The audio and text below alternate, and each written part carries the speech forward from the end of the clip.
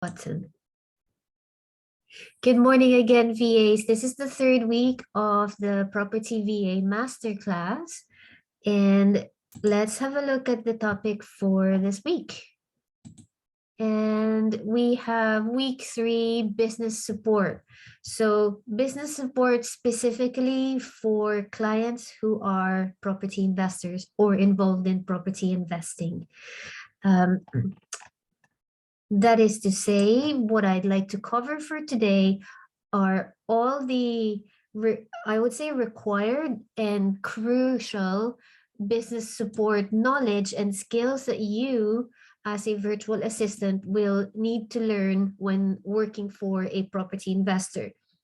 So now we're going into like practical things. The first 2 weeks, we've got mindset and systemization. They feel a little bit more, what's the term? More about more mental than it is practical. Although the systemization part, especially with video number 2, the bonus content video, I actually shared the practice of the concrete application of systemization specific to what I'd like for you to do as virtual assistants for property investors. Okay, now for today, here we start on actual concrete skills that you will need for your role as providing business support for property investors.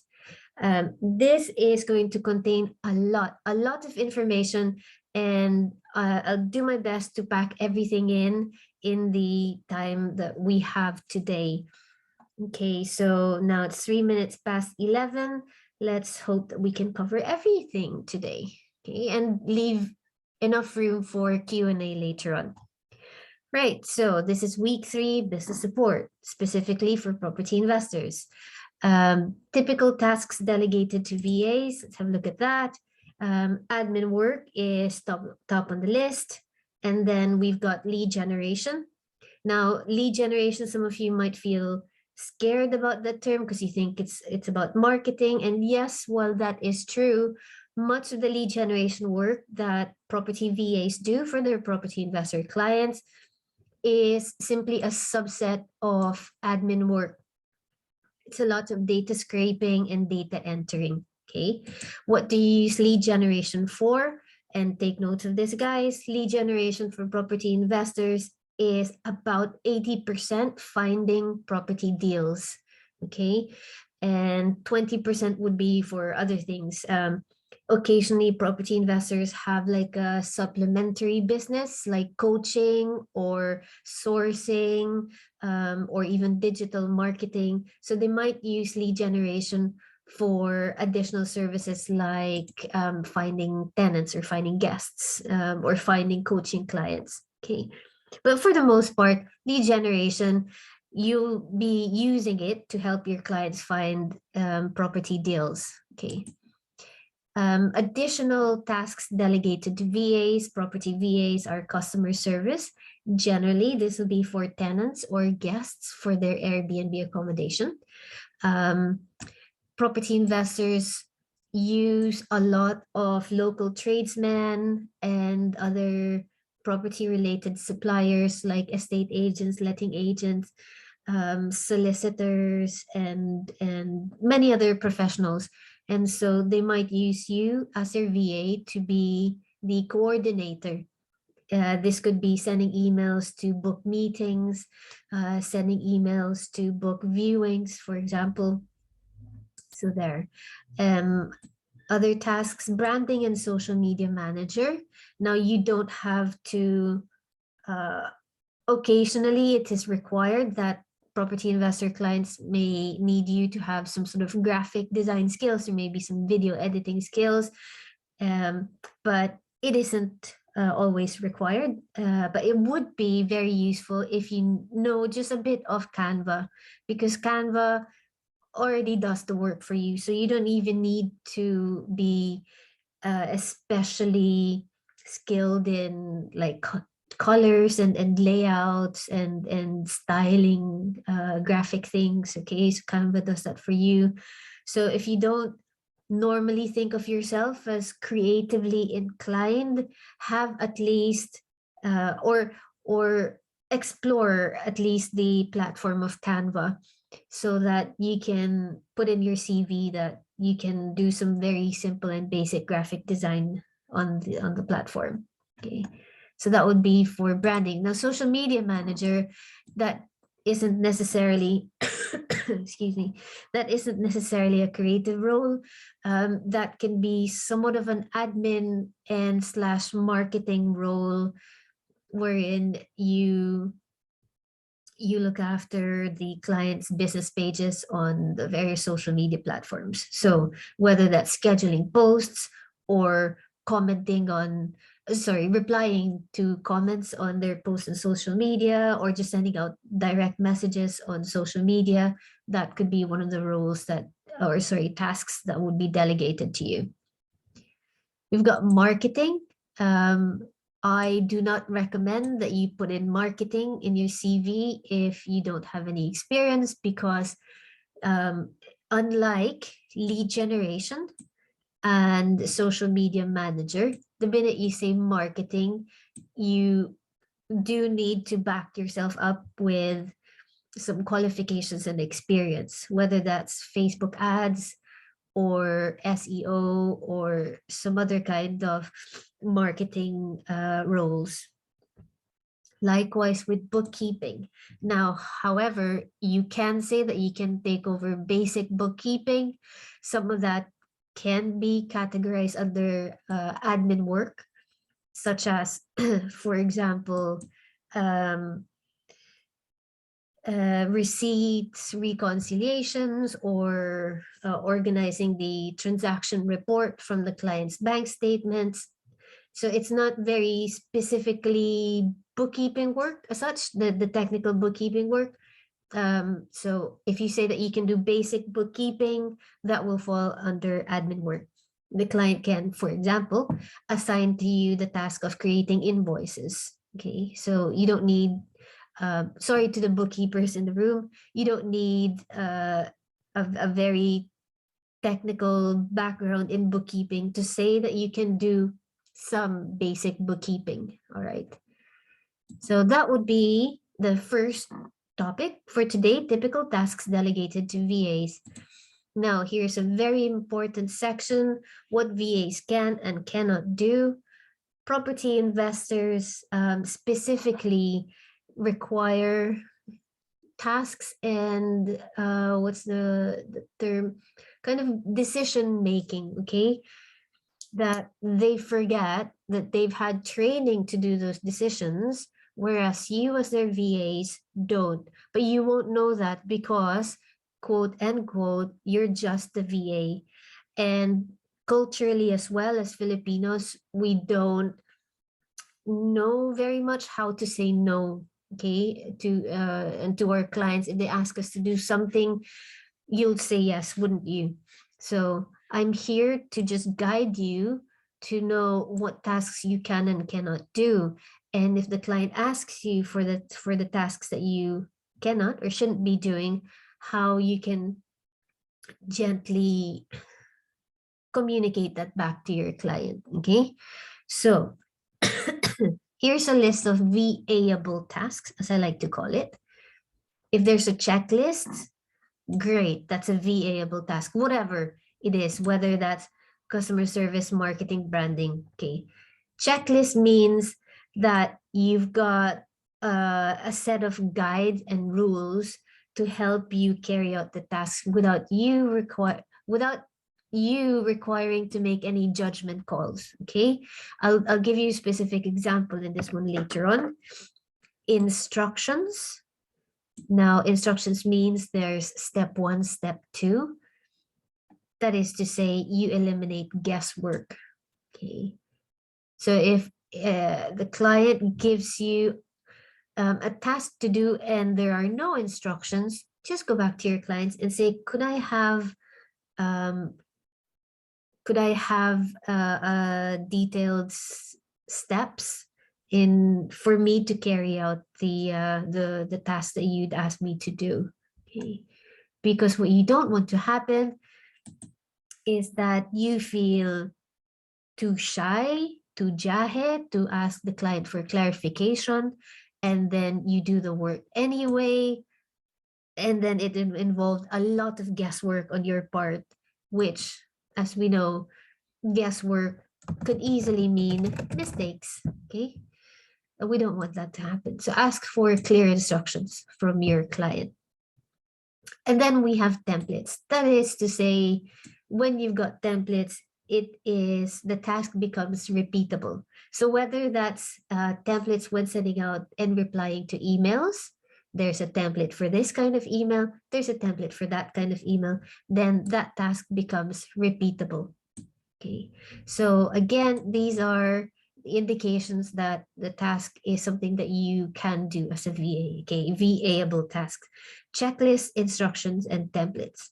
Okay, I'll give you the example of what is not a VA-able task, because there's no checklist. Okay, so Rightmove is a property portal. It's a site where homeowners and anyone else who wants to sell properties list them on Rightmove, and then they those who are looking to buy properties can then go into Rightmove, type in the location where they want to look for a house to buy, and then see what's on the market. So let's say your client is looking for a property to buy in Nottingham. Let's say Arnold. Okay. And then he wants you to buy a maximum of, I don't know, 100,000, minimum 2 beds, property type houses. Okay. Okay, we recommend, okay, let's have a look at this.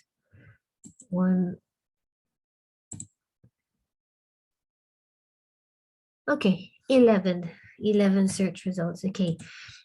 And then the client gives you an instruction, you could say, can you help me find tired looking properties? Tired, T-I-R-E-D, tired. And then you go, what does that mean? So maybe, you have the presence of mind to ask your client, what do you mean by tired, sir? And then the client goes, tired, like it needs refurbishment, the property is in a poor condition, and the pictures look like it's got, they use this term a lot, swirly carpets, stained walls, and you go, okay, that sounds like a very clear instruction, doesn't it? So then you go into Rightmove, and then you look for tired looking properties until you realize, wait, 1 second, that will involve me looking at pictures and deciding for my client, that is to say, making judgment calls to say which ones are tired looking properties. Is this a tired looking property? Who knows? Because your client didn't really give you a checklist in terms of identifying what tired properties look like. And so you are now, what you're doing so you've got instructions from your client, but you haven't really got a checklist. So in the end, you're trying to carry out this task, which will involve you making judgment calls on behalf of your client. You go, okay, it's got a brand new flat screen TV. Malamang hindi to tired, so you ignore this property. But actually, the client may look at this differently than you, and then we'll see, look at that 70s type of ceiling. For sure, this property will need some refurbishment. So for your client, this might be considered a tired looking property. So what I'm trying to emphasize here is that unless there's a checklist, then there's room for interpretation from yourself, which means that you are making judgment calls on behalf of your client, right? And your client may not always be aware that that's what they're doing to you. So it's the onus in a way is on you now that I'm training you guys to identify when you should step up and clarify with your client that what they're asking from you is to make judgment calls, and can they do it in a different way? Could they give you a checklist instead? Okay, so they might say, look at the ceiling, look at the walls, look at the carpet, look at the kitchen, look at the doors and all that. Okay, another way of doing it, and this is something that we will discuss in week 4, is instead of looking at pictures, you eliminate looking at pictures entirely. Let's just do a different area. Let's see.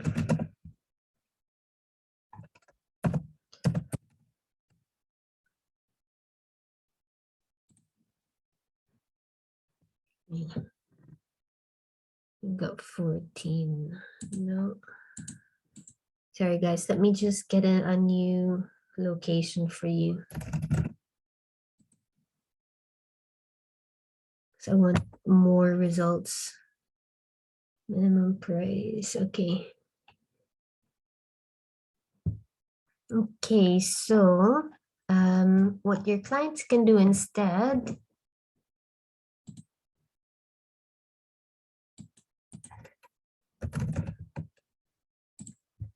I want one with like lots of results.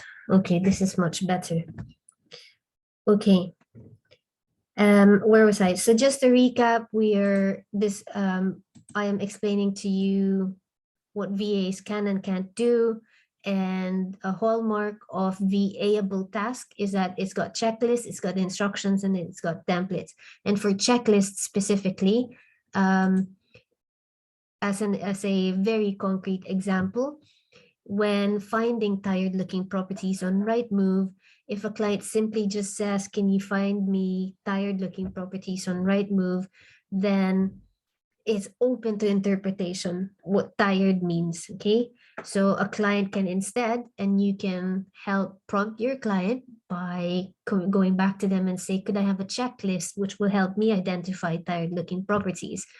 Then the client may go, oh yes, of course. So they might revise their instructions to you, and they'll say, can you look at walls, ceilings, carpets, kitchens, etc. Or another way is for them to simply, and I'll teach you this next week actually, but I don't mind touching a little bit about that topic here. One strategy would simply to use keywords. So you don't even need to look at photos. If the keyword is there, then it's an indication that you are farming, you're data scraping, or you're filtering tired looking properties. Okay. The keyword in need of is generally followed by in need of renovation, in need of refurbishment, in need of redecoration. Okay. Here we go, in need of. Okay, so if the listing on Rightmove has these keywords in need of, then Rightmove will prioritize the display of the display of its listings to start off with the listing with the keywords. This one is a promoted listing, so it will, regardless of what keyword you selected, it will show it as the first one. Okay, so it says featured. We don't want to look at that.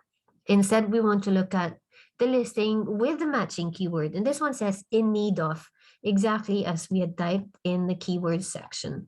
Okay, this one as well. Now you can see that this property looks like it hasn't been redecorated since the 70s, maybe even the 60s, right? So therefore, that would be a very, very good match to what your client is looking for, tired looking properties.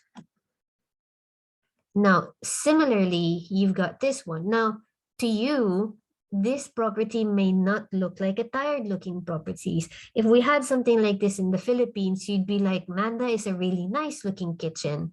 You know, it's got built-in ovens, it's got a fitted kitchen, diba? Like for us, this would be what would constitute a nice looking property. Okay, it's a nice enough looking property. Meron pang curtains, may fireplace, mga ganon.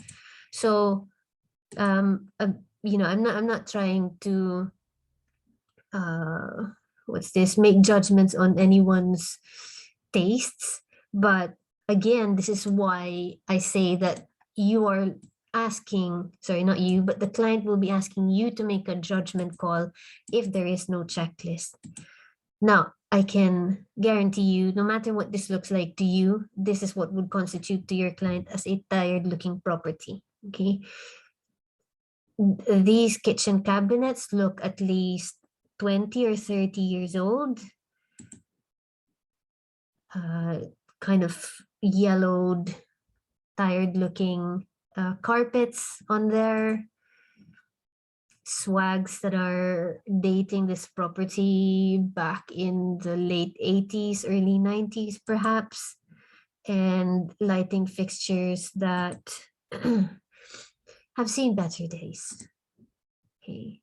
Although you can't see it, the carpet looks spotless, but essentially, you know, that's just the picture. It doesn't pick up, what's the term? It doesn't pick up any of the old stains perhaps on the property. So let's go back here. All right, in need of, let me show you what it looks like without in need of.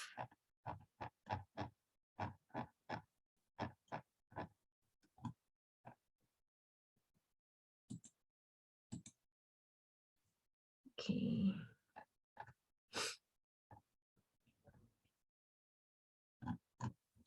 All right, they've changed how their listings look. It just says no matching keywords here. So if you don't see that little box thing with the words in need of, which is the keyword that we typed in, then none of these listings have in need of.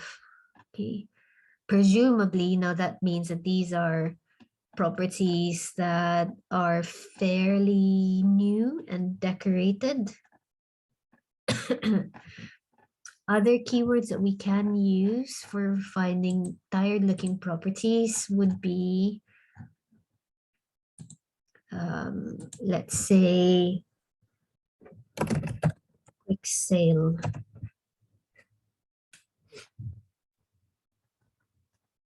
Wala ata. Okay, no matching keywords. Okay. Other keywords might be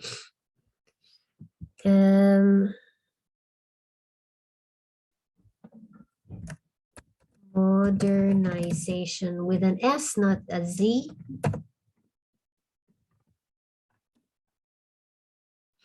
Matching one keyword, a modernized. Okay, that's not the keyword that we want, okay? Because modernized is the complete opposite of requiring modernization. So we don't want that. How about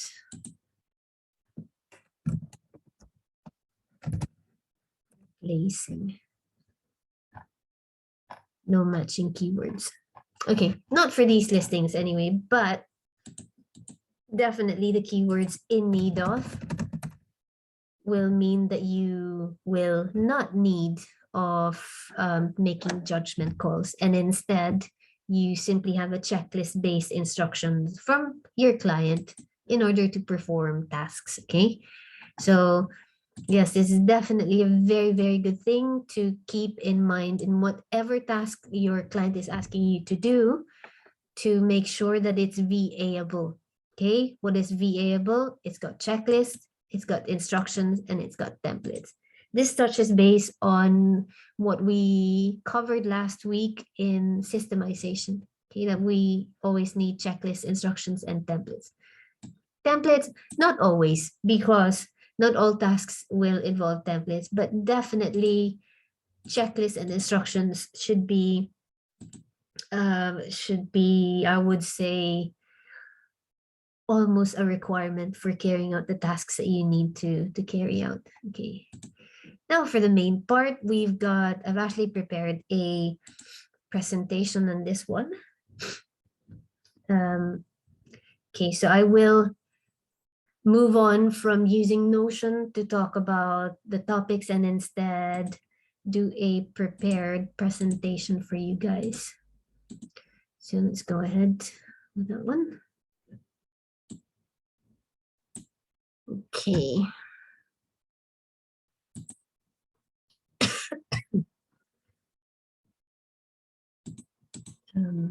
Okay, how do I do this? Fit with. You know why? I don't normally present from a PDF. I actually do this on Canva. Okay, how do I do this? View. Show hide. Uh-oh, what happened? How do I close this thing? All right, okay, wait lang guys, I'm so sorry. Wait, how do I, oh no, what happened? Okay, do you know what? I'm just gonna sign in on Canva and find it there. I'm just gonna pause the recording. Okay, so we're back in the room.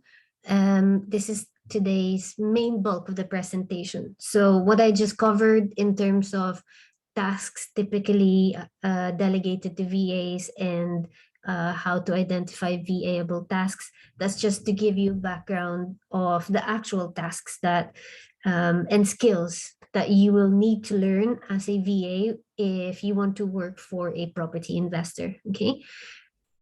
So we shall present this now. Present. Lovely. Now here we go.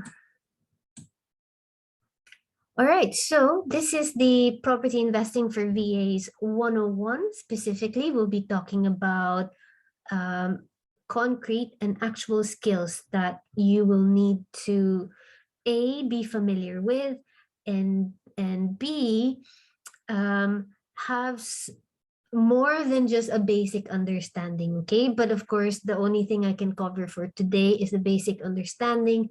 Hopefully, your aptitude test will help you drum in today's lesson and get you more, start you off with being more confident to now find work and find work specifically for property investors, okay? Part one. Postcodes. In the Philippines, we have, I think we have zip codes, don't we? And it's a string of 4 or 5 numbers. In the UK, you will be able to identify to the street level, if not to a handful of house numbers, just by entering a postcode. If you had a full postcode, that will be enough for you to limit to about 20 or 50 street addresses, okay? So that will give you a selection of house numbers, street names, the city, the town and the city, okay? Which is why this is my lesson number 1. You guys need to learn about UK postcodes. Now, why is this important? Well, primarily because you're working for property investors and you will deal a lot with postcodes. Here's what a complete postcode looks like for UK addresses. It generally will contain some letters in front, some numbers, a letter. Not all postcodes have a letter. You will find this format for some of the London postcodes because of, you could say, the volume of addresses within London. You know, you need like another letter in there just to accommodate all the addresses in London. Okay. And then followed by a space, and then a number, and then letter. Okay. So an example would be SW1A space 2AA, 2AA. If all you see is this part, SW1A, you've only got the first part of the postcode. So it's an incomplete postcode, okay? This might be enough for finding, let's say, houses in a particular neighborhoods in, you know, your property investor client might say, like within Wakefield, that's WF, go for postcodes in WF1 to 4, but ignore everything else because those are not the areas in Wakefield that I want to invest in. Okay, so you know, for data scraping, the first part of the postcode might be sufficient, but for identifying addresses, then you will need the second part of the postcode. So here are a few more examples. S6 5BB B32 space 1EN. Okay. How to find postcodes? Let's move this. You guys can copy. Angela, do you think you can copy and paste or type in this URL in the chat box so that the VAs can copy? This is how to find a postcode. Okay, there's other websites out there, but this is the default because this is the tool from the post office themselves. Okay, so postoffice.co.uk postcode finder. What does that look like? I'll just stop sharing my screen. Oh no, sorry, I do want to share my screen, in fact. Okay. Let's just do that. Okay, postcode finder. And here's another postcode finder pala, royalmail.com, postcode finder. Everyone in the meeting. Okay, there you go. That's another URL for you guys. What does that look like? Okay. So I hope you can all see my screen. We've got here Royal Mail, find an address. Okay. Now, let's say on Rightmove, let's go back to Rightmove. And then let's go back to that Doncaster listing. Okay. Let's say this one. Wait lang, lowest price. Price to sell. That's another good keyword, price to sell. Okay.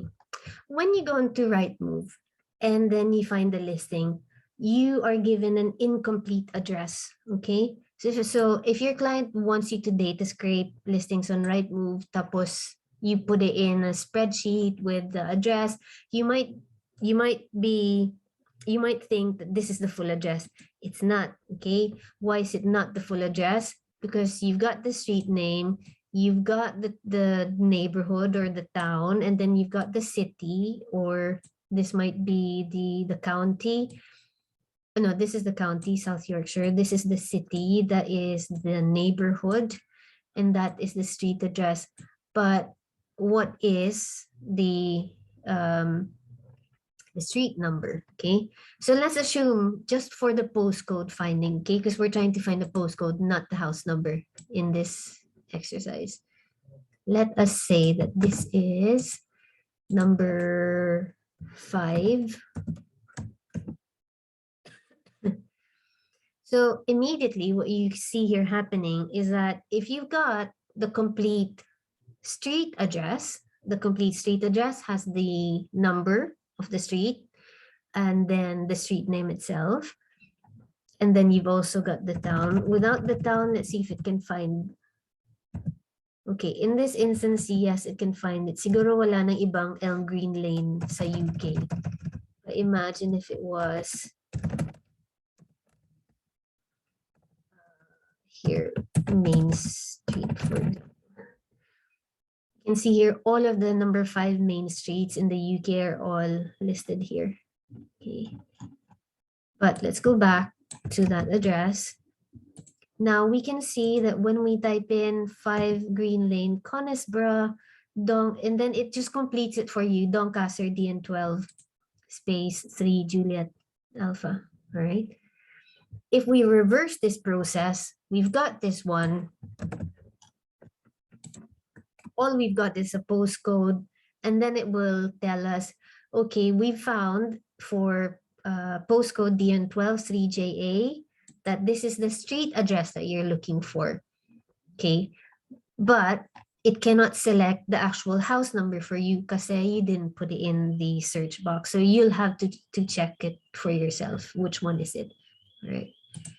So hopefully that's a very practical tool there, guys. Let's continue with the postcodes and address finding. Okay. So the components are, you've got the out code. By the way, guys, this is too, even for UK residents, this is too technical. They don't call this out code and in code. But for me, I'm just showing it to you, the technical parts and the components of the postcode itself. Okay, so you've got the first part of the postcode. This will tell you like that these two letters generally will tell you either the city or the location within a city. In this case, this is Southwest. Okay, now you think, where is Southwest? This is actually a London postcode because London is so big that it's got its own like sub-regions, like Southwest, E13, that's East, SE11 would be Southeast, what else? NW, Northwest. Okay, all of that are London postcodes. But the other postcodes that I showed you earlier, like WF, that's Wakefield, S is Sheffield, B is, I think, Birmingham. I'm pretty sure it's Birmingham. Okay, so that's it, guys. This will tell you where it is in the country. And when you found that within that place, now it can zoom in to the street level. Okay, these last three characters here will zoom in the street level. This one will zoom in the city and maybe even the neighborhood. And then afterwards, it will zoom in into the street level. Okay, when to use postcodes. You use it for searching for properties on property portals, for carrying out due diligence. Due diligence is a specific term that property investors use to mean doing some background research on a property to make sure that it matches their investment criteria. That is to say that it's a good investment, okay? For example, looking at house price comparables. What does that mean? How much do other houses within the same street, in the same neighborhood, have sold for? That's an indication of what the going rate is, okay? Rent rates, this will help the property investor clients work out if the yield in that area is good enough, okay? Because if it's not a good yield, then they're not going to buy properties in that area. Other instances where you might use postcodes is to find out Airbnb competition, etc. So basically doing like online research to carry out due diligence, okay? Comparing investment areas and then data scraping. Data scraping for if the client wants you to compile a list of addresses from Rightmove that he can visit to view the properties. You won't be able to help your client compile that full list if you don't know how to use postcodes, okay? Right, so we'll do some live exercises right now, okay? Let's see here. Not the first question. Find the postcode for, okay, so we do this, guys. Find the postcode for 74 York Road, Great Yarmouth. Let's see some answers in the chat box. The address is 74 York Road, Great Yarmouth. Let me type it in the chat box. Okay, 74 York Road, Great Yarmouth. Okay, who can find me the postcode on that one?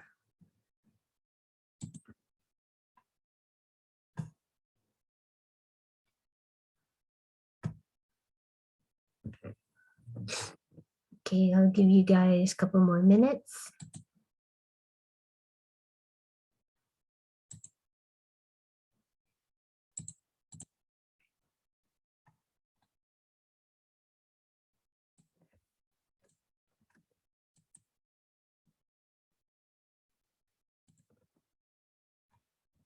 Okay, that shouldn't take you longer than 10 seconds. Great. So we've got Julie, L, yes, tama, NR32NA. Is that the one I have as well? Let's check. Okay. Yes, NR32NA. So well done. Wasn't that very easy to do? Okay. So next, we'll go to types of properties in the UK. Okay, general categories, you've got residential and then you've got commercial properties. For the most part, property investors here in the UK, the ones that use it for like a small business, they tend to go for residential properties, okay? Why? Because it's easy. It's an easy process and low barrier method of earning income through properties. They can simply rent it out and earn income that way. Commercial is a slightly more, not difficult as such, but just an extra skill set that UK property investors will need to learn before they can understand how to do it properly as a business. So the likelihood is if you're working for a property investor, that property investor will most likely be dealing with residential properties. So for today's lesson, I'm just going to cover residential investing, okay? Right, so we've got residential properties. Here are the various types of residential properties in the UK. You've got terrace properties. Terrace properties are what we call here the houses that are nakadugtong. Okay, so can you see here?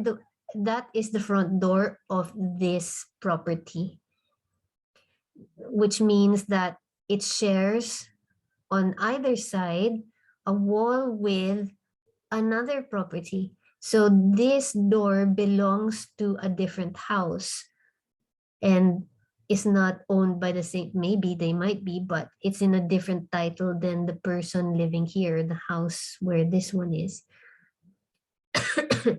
Which again, then shares a wall with this next property to the side.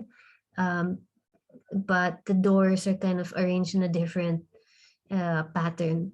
Okay, so door, door, space, space, door, door. Perhaps ganun yung pattern sa street na ito.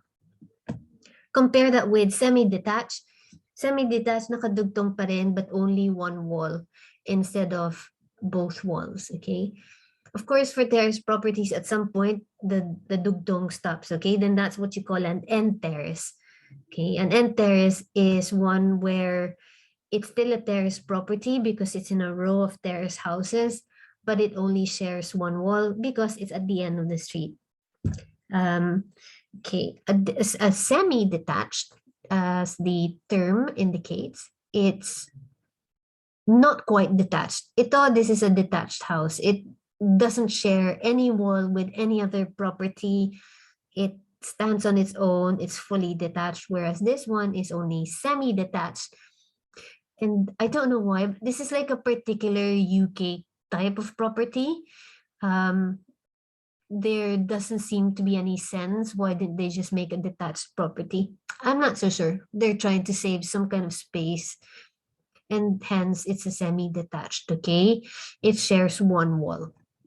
Now you've got here flats. Flats is what we call apartments or condos. Here in the UK, they don't say apartments and they don't say condo. They say flats. Sometimes flats themselves are named apartments, like apartment one. But it's very, very rare that you'll see flats in the UK called apartments. Pang-pastyle siguro, sometimes they're called apartments. But in general, people say flats. Okay. Other types of properties that you might encounter while working for property investors are council houses, okay? Council or ex-council properties. This means that they were built by the government, so they weren't built by private developers. And they're generally for low-cost housing or for affordable housing. Now, why is there an ex-council property? Because sometime in the 80s, Margaret Thatcher, the then prime minister, allowed families who lived in council properties to buy the properties from the government. And now the title has been transferred from government ownership to private ownership. And with the private ownership, you can sell the properties on. So your property investor client may be able to buy a council house that used to belong to the government. Okay. So in this instance, these are ex-council low-rise flats, low-rise apartments, or ex-council houses. In this instance, they are semi-detached ex-council houses. These are very well built, these types of houses. And then you've got flats, but in high rise. So this is low rise here to the left, and this is high rise. In the Philippines, we might think that these are properties that command like a high value in the neighborhoods in the Philippines. But here in the UK, ex-council that are, especially the ones that are high rises, have you could say command the lowest valuation of any type of property. Okay, these are generally avoided by property investors. Why? They can't remortgage it with a high enough value. Okay, so but it's good for you to learn so that you know when to avoid these as well, because your clients will avoid them. Okay. How do you identify? Let's see.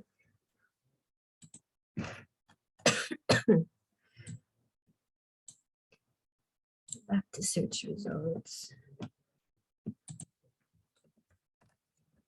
Ex-council. Sometimes we might be able to. Ex-council, ex-council.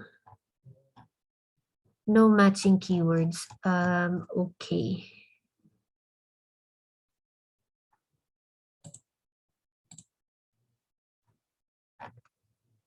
Here we go, ex-council.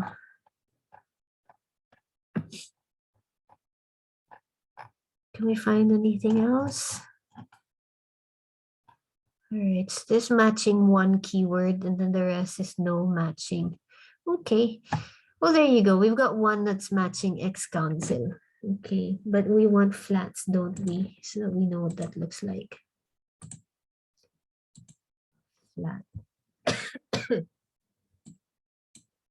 Done. Okay, here we go. Ex-council. Ayan, that's a council property.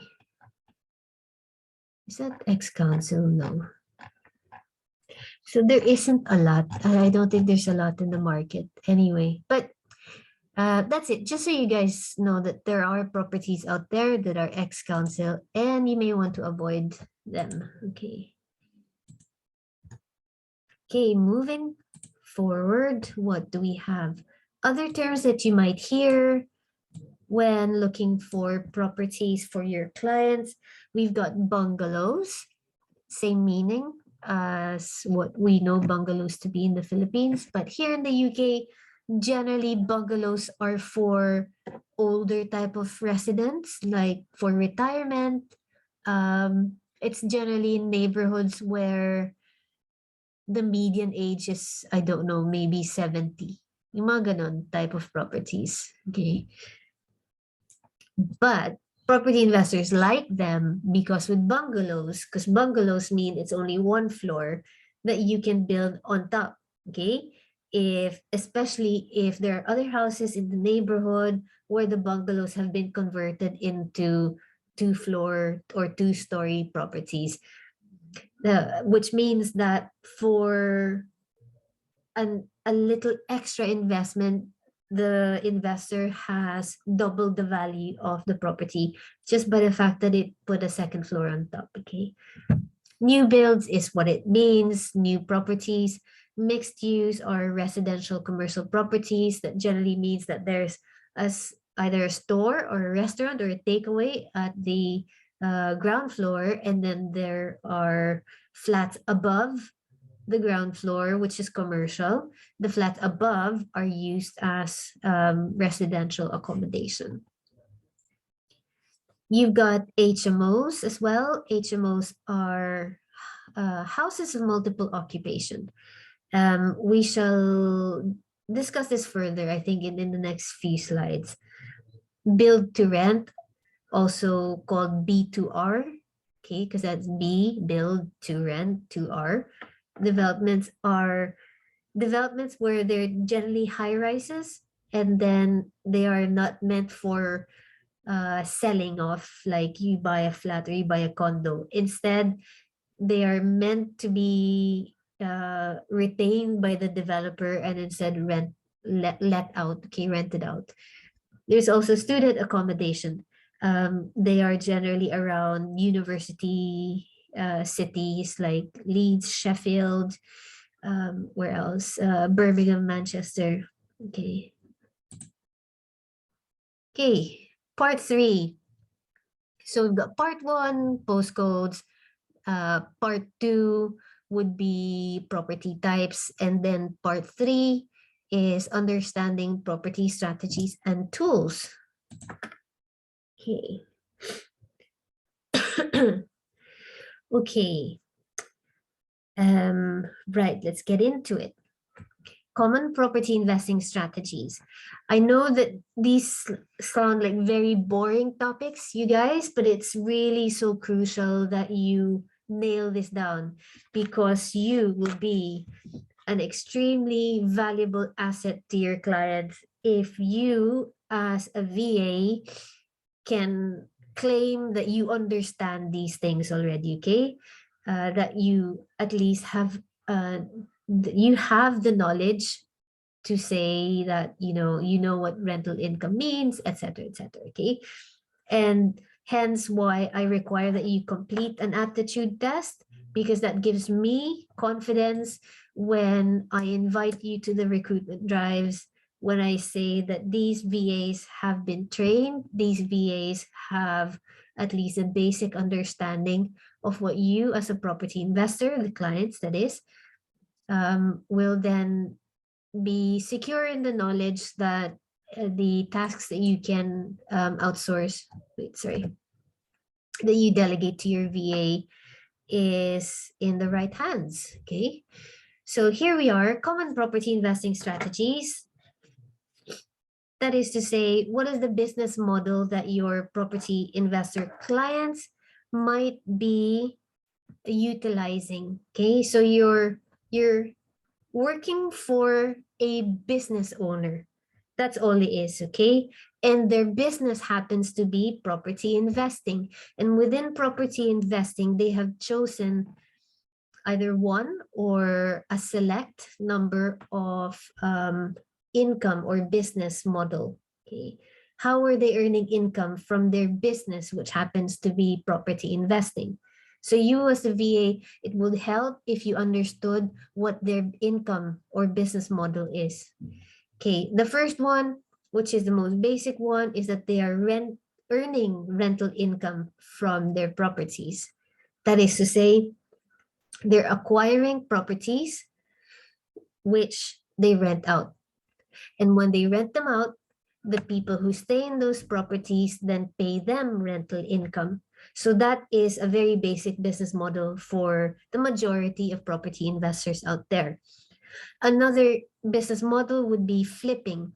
Okay, what does that refer to? Flipping just simply means they're selling it on. So earlier I gave an example of a bungalow where a property investor will develop the bungalow from a one-story property to a two-story or even multiple-story property and command a higher value that way. And so when they flip it, flip means they sell it on, They then earn a profit from the price that they bought it, the cost of refurbishing and renovating the property versus the selling price. Okay, their income and business model in that instance, you could say, is trading. Okay, they are trading. They're not earning a regular income. They are earning chunks of profits from buying and selling properties. That's flipping. There are some property investors out there that do not have enough capital to buy properties for renting or to buy properties to then renovate and sell it on. And these property investors will generally opt for a sourcing business model. Sourcing is, you could say, a kind of marketing activity. All they do is they find good deals out there, and there are lots of property investors who are willing to pay a sourcing fee for the deals that this sourcer has found. So you might be working not for someone who's owning and buying rental properties, not for someone who is buying and selling properties, but for someone whose product stock, you could say, ano yung product niya, is simply sourcing property deals, okay? He or she is not buying them, but he is finding them and then selling on that deal and then taking a fee. And that's a good enough business model for many property investors that as yet just do not have the amount of capital required to buy properties. I would say about 70% of investors fall under rental income, 5% fall under flipping, and where was I? 70, 75, 20% go for sourcing. Or maybe even the split is a bit more equal. Maybe this is like 40 here and 50 here and about 30 sourcing. Okay. So chances are, if you find work as a property VA, you'll find work working for a landlord. Okay. Very, very, the rarest would be finding someone who's just doing it for flipping. Okay. A lot of property investors want to hold properties, they want to acquire it, they don't want to be selling it on. But there are definitely some income and business models out there that just do flipping. Okay, the final strategy will be property development. You've got here, what does property development mean? It means you're likely either starting from scratch, there's an empty lot, and then you build, or you're taking an existing built property and developing that into something more bigger. It's a bit like the bungalow example that I gave earlier.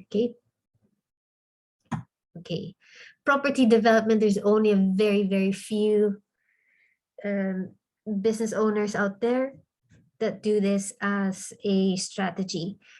Since 2020, I think there's more and more going to property development, but the majority will still be landlords, and they fall under here, rental income.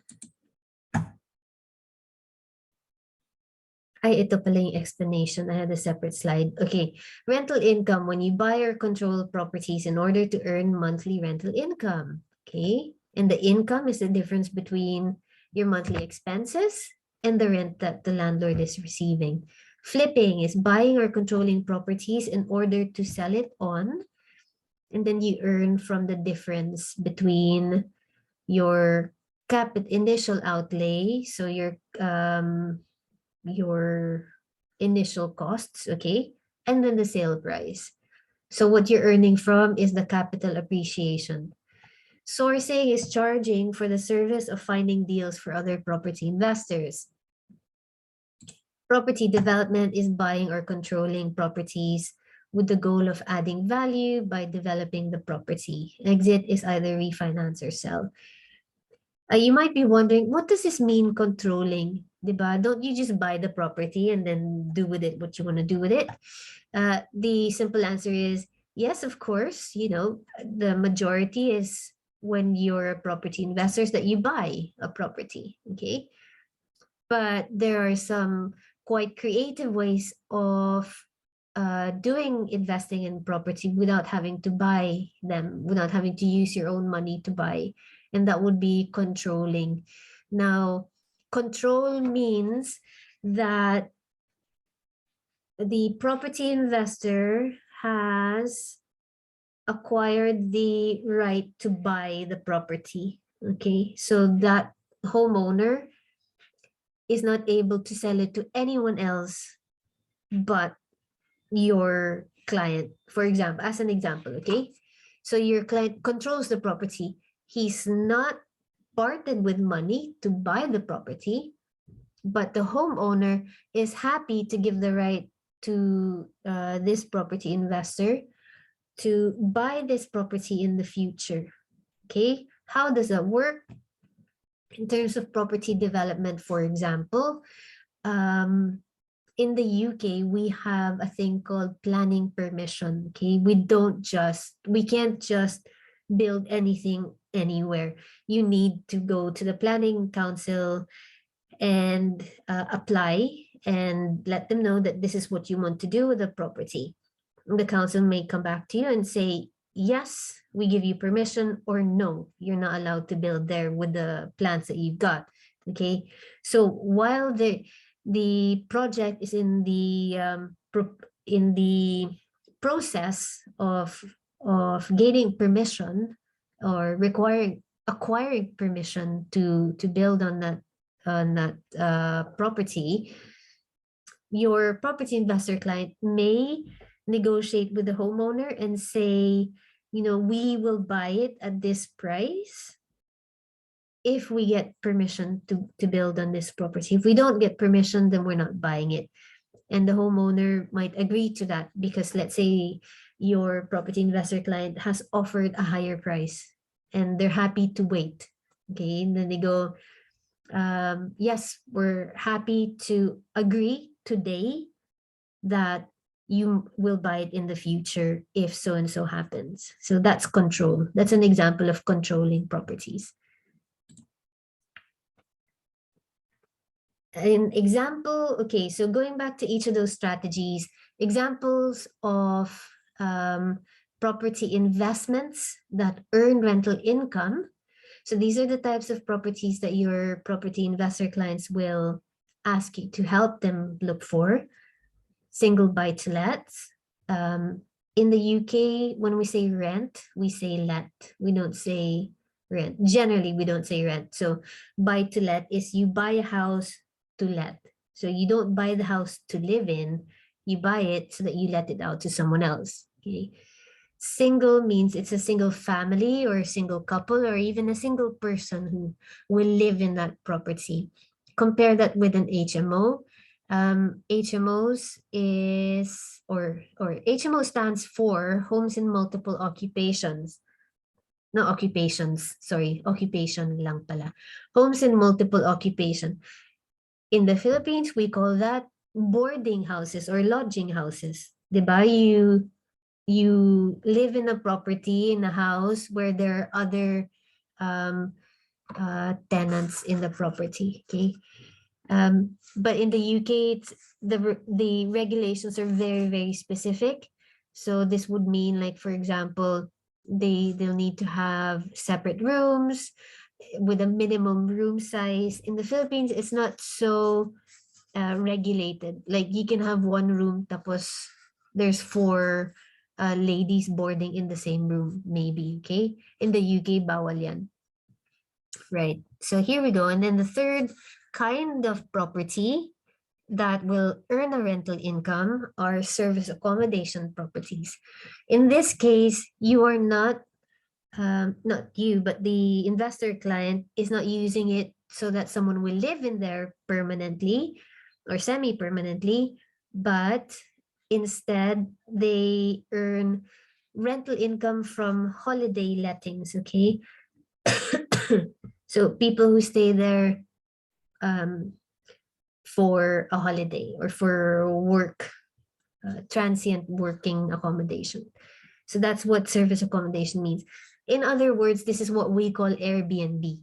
Okay, but the industry term for it is SA, service accommodation. Social housing. There are many, many landlords out there who will buy properties to rent it back to the council because the council needs housing for citizens and residents that need or that are, what's the term, that receive, there you go, that receive housing benefits. Okay, it's a kind of government allowance to be able to find a house for your family, social housing. Finally, we've got supported accommodation. It's a little bit like social housing, but in this instance, supported accommodation is a specific term where the residents don't just receive housing benefits, but require special support. They might be recovering addicts. They might be youths that are leaving, they're turning 18 or some other kind of age where they're no longer minors, so they're considered adults, but they still require that extra support because they came from troubled families, for example. Okay, what else? Supported accommodation might be refugees, women escaping domestic abuse, that kind of thing. Okay, so it's a bit like social housing with like extra support. So that's why I just put it in a separate category, supported accommodation. Flipping. Here's an example of flipping. Okay, that you buy a property in very, very poor condition, you renovate that, and you add value, and that value is greater than the cost of buying and refurbishing this property. And so you've got a profit margin in between. Let's say you buy this property for 100,000, it requires a refurb work of 80,000, and then the finished product is maybe 275,000, for example. And so therefore you earn the difference between 180 and 275.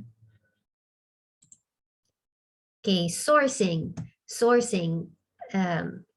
Ano ba itong image na ginamit ko? Okay, I think one of them is like the one who found the property deal, and the other is like the landlord who says, yes, that is a very good deal. Kunyari, ito yung na-source ng sourcer, okay? He's saying, guys, I found this house. The done up valuation, that's specific term, done up valuation is 275, but the money that you need is 180,000. Therefore, you're looking at a profit of 95,000 in between. And like this landlord is saying, fantastic, I want to buy that deal off you because you sourced it. And the sourcer will say, great, it's going to cost you, I don't know, 5,000 pounds so that I can sell this deal onto you. So what they are selling is the deal, okay? And what they are charging is a sourcing fee. And this investor is like, great, I'd happily pay the 5,000 because that's going to make me 90,000 in the end, if my math is correct. So that's a deal. Shake hands. Okay, here we go. All right, more terms for you to learn if you want to work for property investors. Okay, common property investing strategies, and here are the purchasing and financing structures. Okay, this is a bit like the investment model, but specifically the purchasing and financing structures. Okay, BRR, sometimes also referred to as BRRR. Meron pang isang R at the end. What does that mean? They buy, they refurb, they refinance. Pretty straightforward. The final R is typically used to refer to rent. So they then rent it out. Okay. So if your client has this as a model, then you know what BRR means. They buy the property, it's in an ugly state. They refurbish the property. Now it's worth more. Now they can refinance the property. So as an example, this guy, this investor buys the property for 100,000. That's the B part. And then the R part, which is refurb, costs him 80,000. And then he can sell the property, and this one is a flip, and then make money that way. Or he can also use another exit strategy, is to just refinance. That is to say, he can go to the bank and say to the bank, I'd like to take out a mortgage on this property, the nice one. And the bank goes, sure, fine. We're valuing this property at 275. What, what loan to value would you like to take out on this property? And the landlord, the property investor, might go, I'd like a 75% loan to value, please.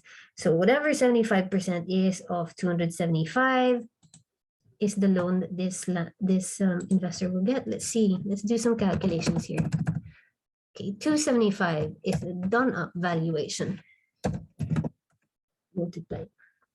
So if he went to the bank and asked the bank for a loan against this asset, which is valued at 275, and the bank says, what's the loan to value?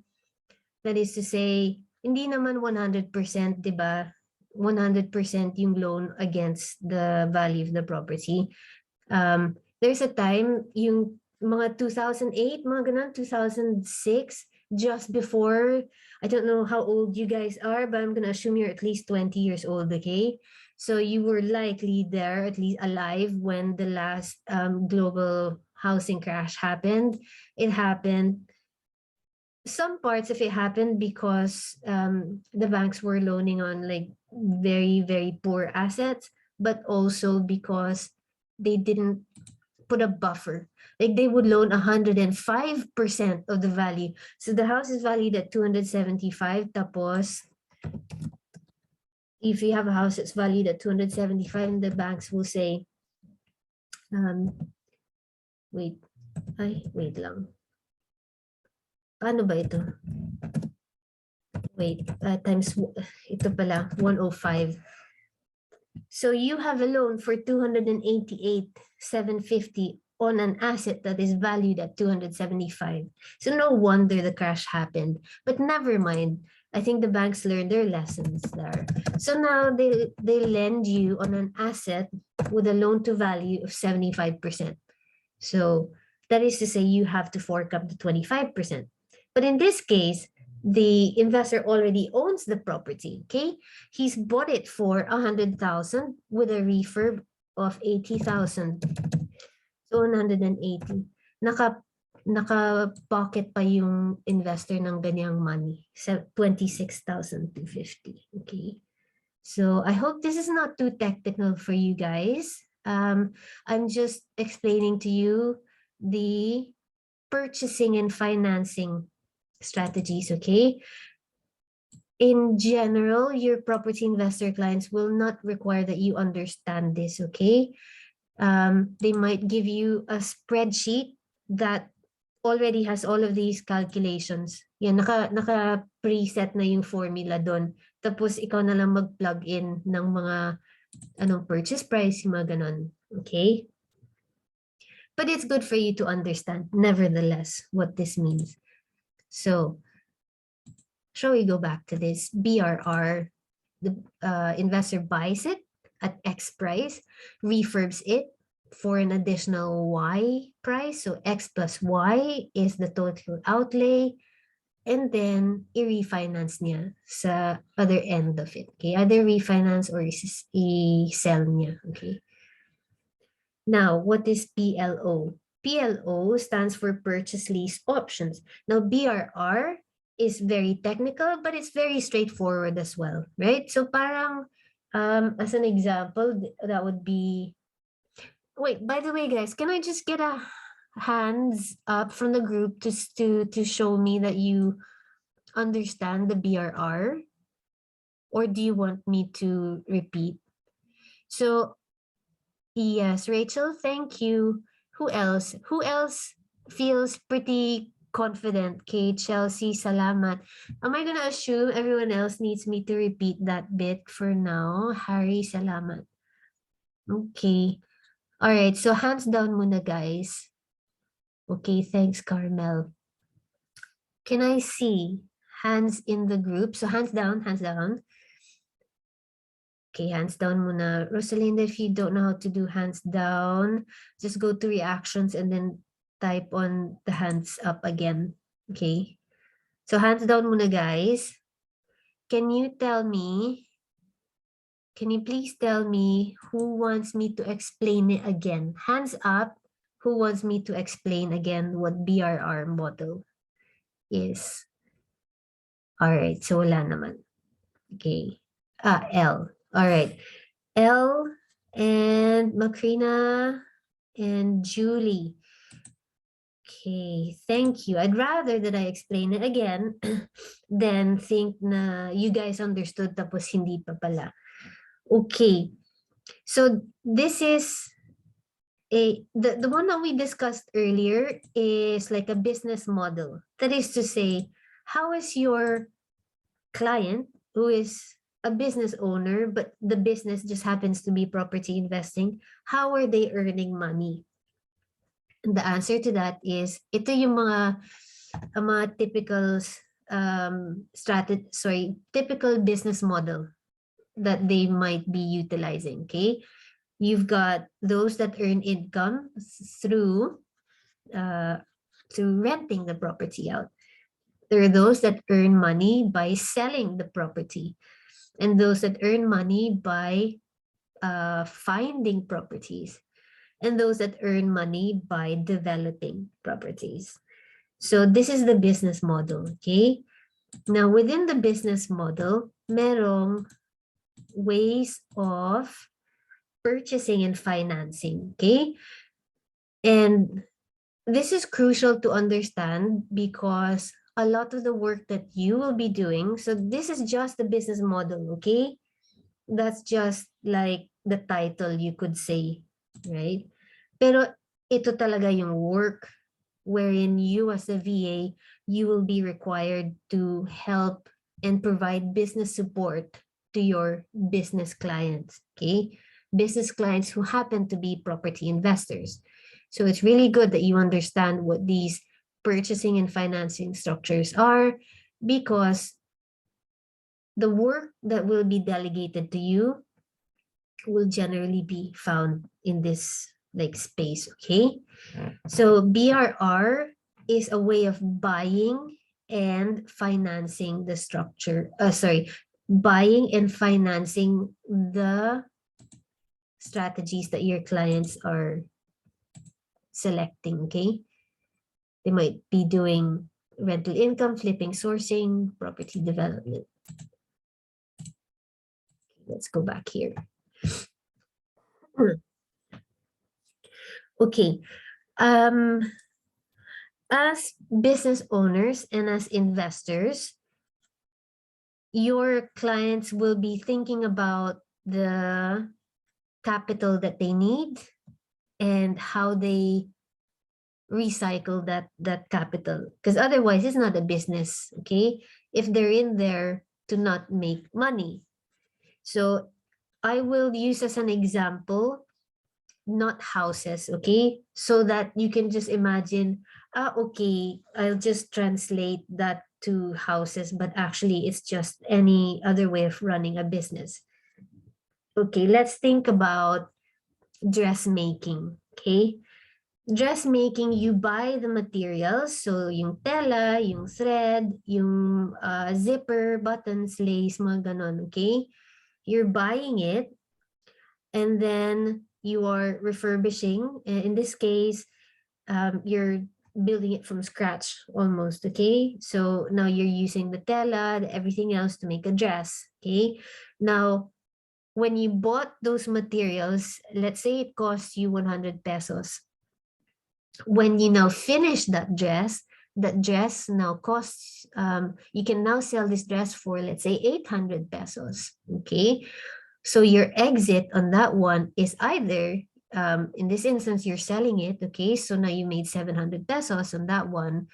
Or I don't think you can refinance dresses in this case, but maybe if you had 100 of those dresses and then you went to the bank and then you say, you know, you've got assets that are worth 8,000 pesos, can they loan you some money against those assets? Okay, and the bank might say, okay, you've got assets worth 8,000.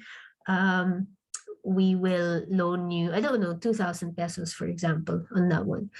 And then you go using that 2,000 pesos, maybe you will buy some more tela and then you'll make some more dresses. And now you've got assets worth, if you sold them all off, maybe you've got assets worth, I don't know, 20,000, okay?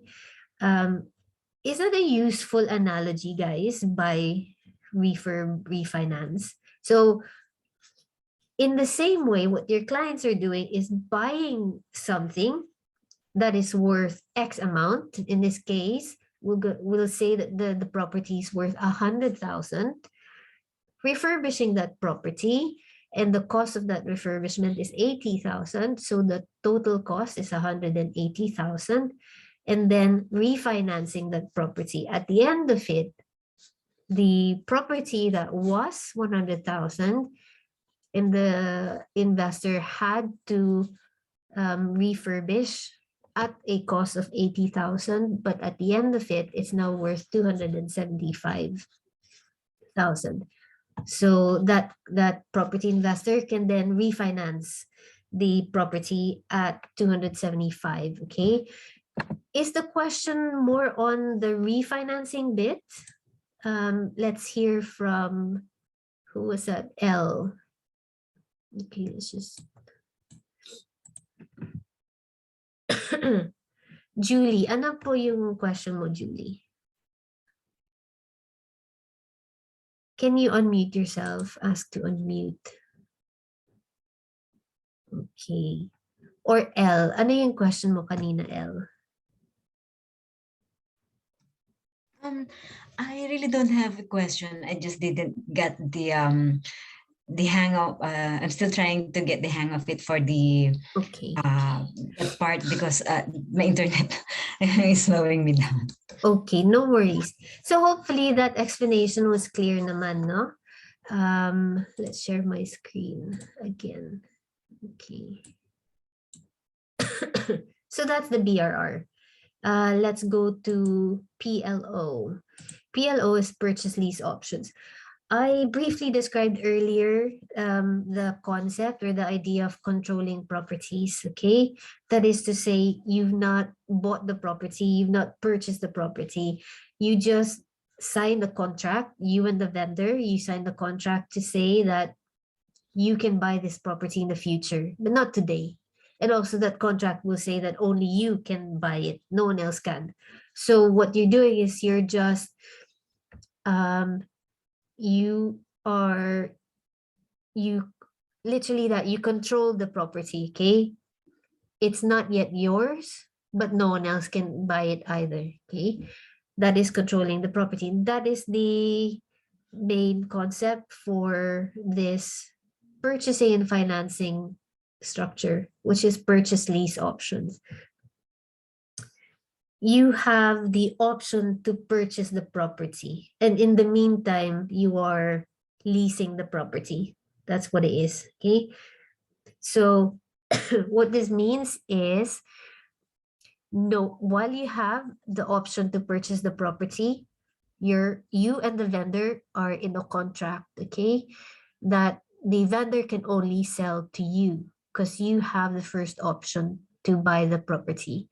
Whether the contract actually says that you must purchase the property is like a further detail of that contract, because if it's just purchase lease options, it doesn't necessarily mean that you have to buy the property. If it's an exchange delayed completion, so you haven't bought it yet, but you must in a specific date in the future, that's the purchase, that's the exchange delayed completion. But in general, the general category is PLO, purchase lease options. So if your property investor clients have this as a goal in terms of the properties that you're looking for, you understand that this means that what your client wants is not to buy the property today. What your client wants is to buy it in the future. Okay, but in the meantime, your client will be paying some kind of rental income back to the homeowner. That's where the lease option is not explained. That's where the lease part of the PLO is applied. Okay, so your investor client will want to purchase it in the future, but not today. In the meantime, your client will rent it off the vendor. Okay, now we have here rent to rent, rent to SA. It's a little bit like purchase lease options without the purchase, okay? So what does this mean? You're not buying the property from the homeowner, you're renting the property from the homeowner. So let's say this homeowner is, let's go to one of these properties.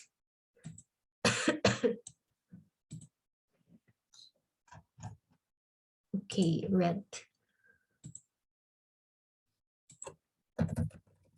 Lancaster. Start search. Property type houses. These are properties that are not for sale. How do we know that? Because we went to the for rent section, okay? Houses to rent in Doncaster. All of these houses are for rent, okay? Therefore, an option for your property investor client might be, sorry guys, it's my cold is getting worse as we speak. Rent to rent, okay? Your investor client will ring up any of these letting agents, not estate agents, letting agents, to ask about this property for rent. Now, the owner of this property would love for someone to rent this tomorrow or today even at £625 a month because that's what they want, right? But your client might want to agree or get the homeowner to agree, yes, we will rent it from you for, where were we, £625 a month. But then your client will want the homeowner to agree that you will rent it to somebody else, okay? So this is why it's called rent to rent, R to R, okay? Also, sometimes it's rent to service accommodation. This is what I like to call the patong strategy, okay? So it costs the investor £625 to rent this from the homeowner, but at the other side of it, your property investor client will rent it out, let's say, as an Airbnb. Okay, so for Airbnb, let's go to Airbnb.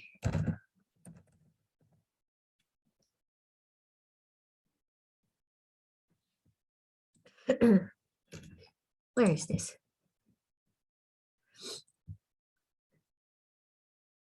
Stainforth. Was that what it says? Stainforth. I do not know where Stainforth is, and I don't know if people go there for Airbnb. Okay, Doncaster. Here we go. Search.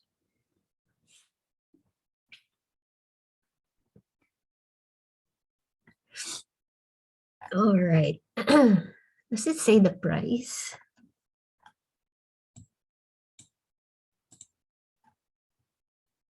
Stainforth. Oh, ayan. Okay, let's click on that. Entire residential home.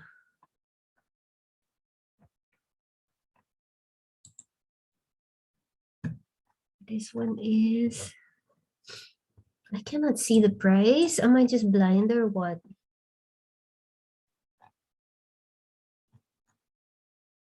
Okay, check availability. Okay, fine. Let's say next weekend, or let's say Saturday and Sunday.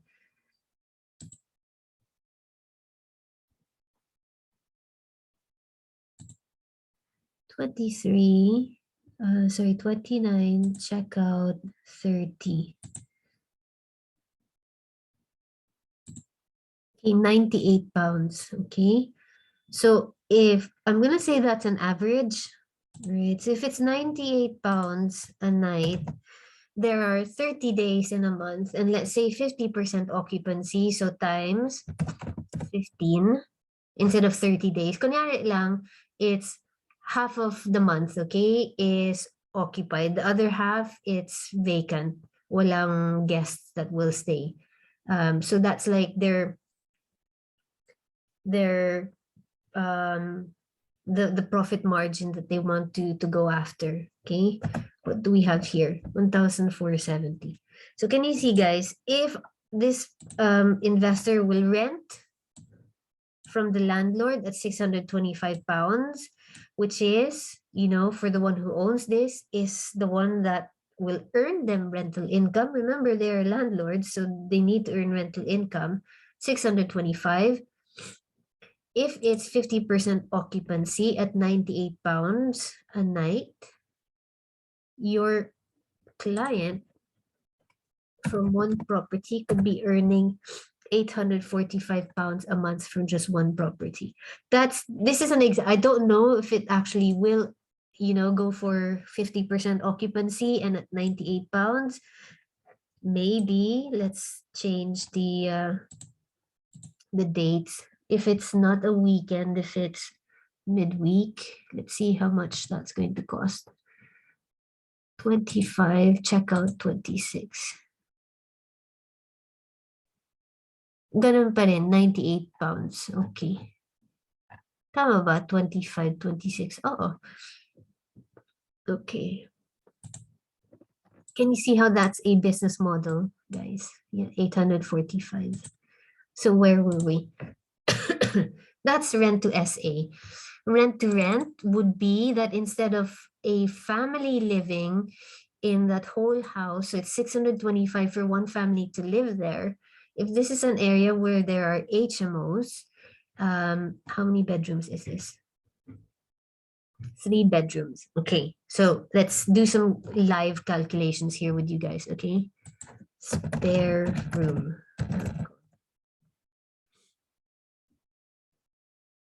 UK. Don't think we have enough time until 1 o'clock to do this. I'll just record some additional videos for you guys, okay? What was it? Staying forth.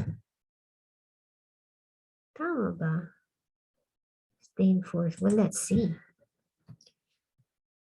None. Okay. Do that again. Let's just say Doncaster. Okay. Search.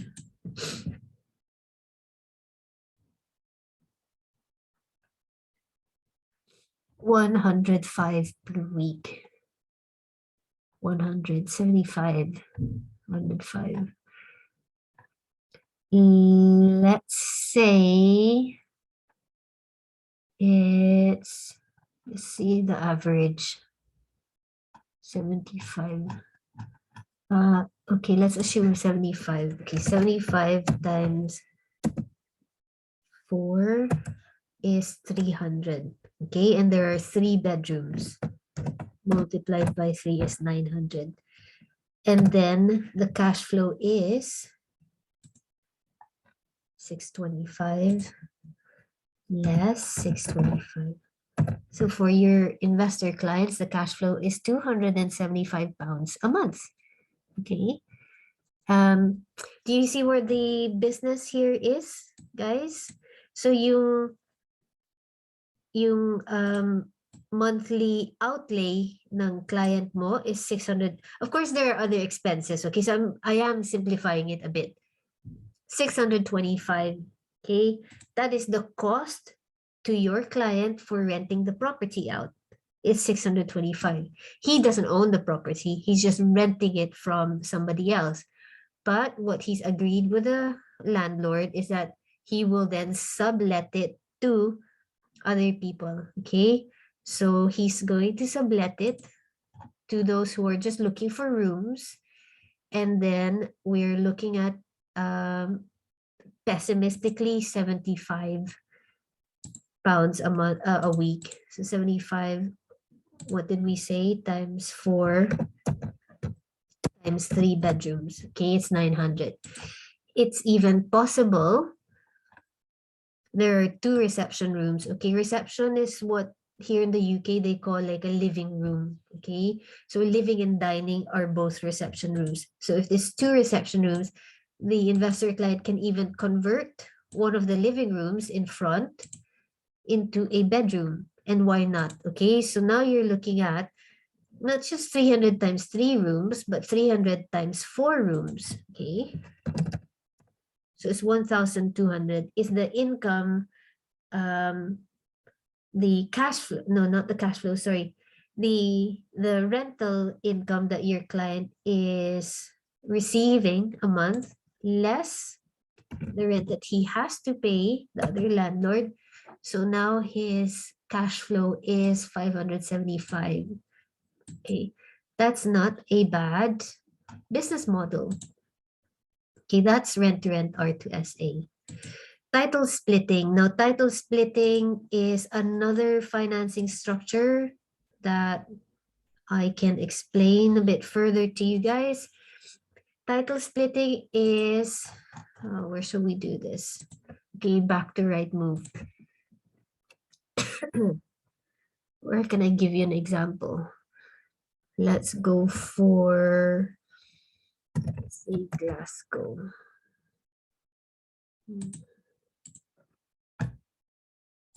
Property type, just houses.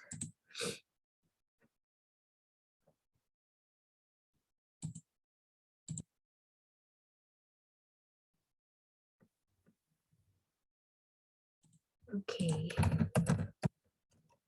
Self-contained. Let's have a look. What do we have here? I want to give you a good example. All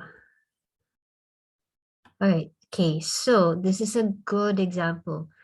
Detached Victorian villa plus fully contained annex. How do you do title splitting?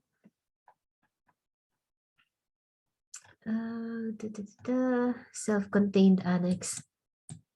I'm going to assume that this self-contained annex can be a separate property. So it looks here like there can be 2 houses, okay, in one title.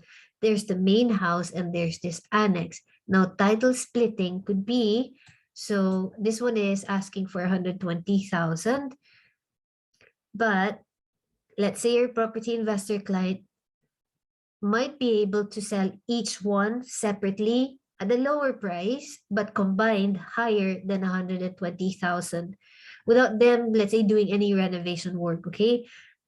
Let's say this house is worth on its own 95,000 and the annex can be worth a lower amount of, let's say, 80,000, okay? So now you're looking at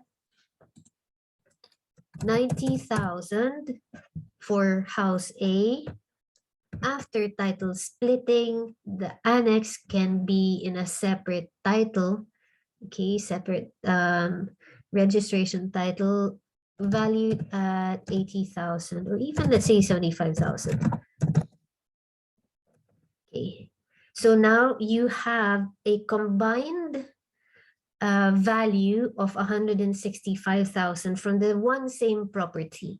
Okay, but your investor client bought it for 120,000. Okay, so it's 45. That's gross. That's like not the net, because there might be expenses like stamp duty, the cost of the solicitors to split the titles and all that.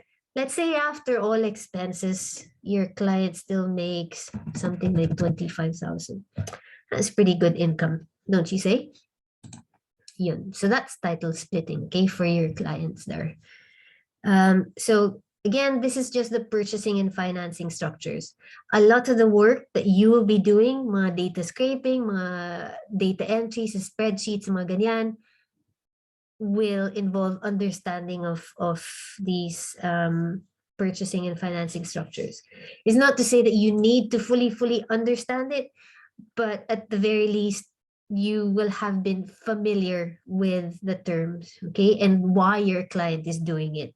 So you understand with the BRR, the money is in the difference between the outlay of the buying and the refurbishing of the property and the end valuation. The purchase lease options, the money is in, I didn't actually explain this, did I?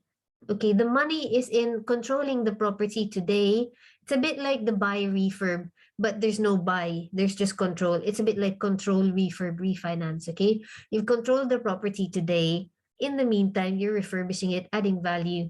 At the end of it, it's valued at 275, but but the vendor is selling it for 100,000. Okay, so it's a bit like BRR, but you're not buying, you're simply controlling. Rent to rent, rent to SA. The money is in the patong of what it costs you to rent the property and what income you'll get instead from subletting or subrenting it out, either as an HMO or as a service accommodation. Title splitting. The money is in the difference between the new combined values of two separate houses versus when the houses were just under one title. Okay, so there may be refurbishments going on here, there may not be. It's just this is what you call a legal refurb. Okay, you added value by splitting the title into two titles rather than retaining it in one. Questions, guys? I know it can be a bit technical. You can just rewatch this, okay? And then put your questions in the chat box. But I shall move forward. Due diligence. Here is where you'll do a lot of the VA work, okay? So everything here that I explained before is the understanding of the concepts. This is the actual work that you'll be doing. What is due diligence? I think I just copied this from the internet, okay? So verbatim, it's a comprehensive appraisal of a business undertaken by a prospective buyer. So in this case, property investor looking at a house. Is this a good investment? Ganyan. He's gonna do due diligence, okay? And in this instance, instead of them spending time doing the numbers, crunching numbers, yung kanina, yung ginagawa ko dito, yung sa calculator, ganyan. Instead of them doing it, you will do it for your clients, okay? Okay, so undertaken by a prospective buyer, especially to establish its assets and liabilities and evaluate its commercial potential. Ang daming technical terms, but all it is, guys, the ones that I was doing here earlier, is there money in the end? Yes, the client will make 25,000. The client will make or cash flow at 275 a month or 575 a month, okay? Or the client will cash flow, ano ulit dito? 98,000. 98 times 15. Diba? Sarap, 845. Your client will cash flow at 845. So there. So this is what you will do for your client, okay? Instead of the client crunching all the numbers, ibigay na yung task sa'yo as the property VA to do it for him. So that he will only pursue the properties that stack, okay? That's another technical term that investors like to use. Does it stack, okay? And you can only find out if it stacks if you perform due diligence on the property. Okay, market research versus due diligence. Okay, walang explanation na slide. I forgot to make it. What you're doing is a bit like market research when you do due diligence. Okay, you're finding out how much properties cost, how much the end valuation will be. Will it really, in the case of yung bungalow na refurbished, will it really value at 275? Okay, will the refurbishment cost only come up to 80,000, baka naman it will come up to, I don't know, 125,000, baka wala ng profit margin dyan, okay?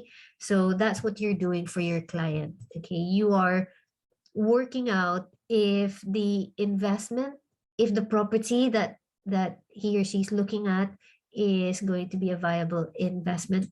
Okay. The tools that we use, I've shown you in kind of live here at the Zoom. Rightmove is an example. Zoopla is like Rightmove, but like a different look or a different brand. Okay, I'll show you what Zoopla looks like. Spare Room, we use that just now. Airbnb, we also use that. We do land registry as well. Land registry is not free. You need to pay £3 per title download, which means that you will only really use it if your client says, yes, go ahead and pay for it, okay? Calculators, I'll show you some calculators. Property searches, auction legal packs, and probably not done by yourselves, but it's still a due diligence tool, is when the client actually visits the property themselves and checks it out. Malay mo yung house pala walang roof, okay, and the roof will cost, I don't know, 25,000 to put. So biglang yung the numbers that you and your client were looking at that looked really good on paper, in reality is not so great. Okay, kasi when they visited the property, iba pala yung condition ng property than the one that was advertised by the estate agent using the pictures. Okay, so just to walk through these websites, just want to put that away. Okay, Rightmove and Zoopla, it's to check comparables, market value, sold house prices, pictures and videos, history of listing of the property, and to download EPCs and other information. It's also used to check rent. I will walk you through with all of these shortly, okay? Spare Room to check rent value, demand, competition, and response. Airbnb, AirDNA to check rates, occupancy, competition, and demand. So you can't know how much the room or the house will rent for as a service accommodation if you don't have these tools wherein you can check, right?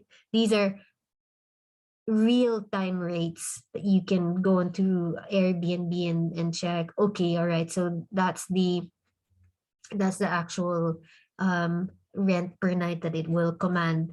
So then you can crunch some numbers and say specifically exactly what the cash flow will be like.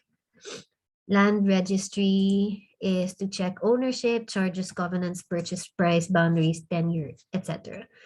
I'm pretty sure we'll just concentrate on these three for now. Rightmove and Zoopla, Spare Room, and Airbnb. More of this next week when we do lead generation, but at least I'm starting now today to show you how you can use these websites, okay? We'll do some exercises. Wait a second.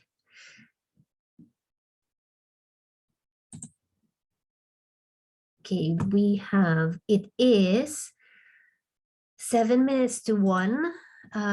Hopefully I can just get a few more in so that we can look at them, okay? So what did we say? Rightmove to check comparables, to look at pictures and history of listings.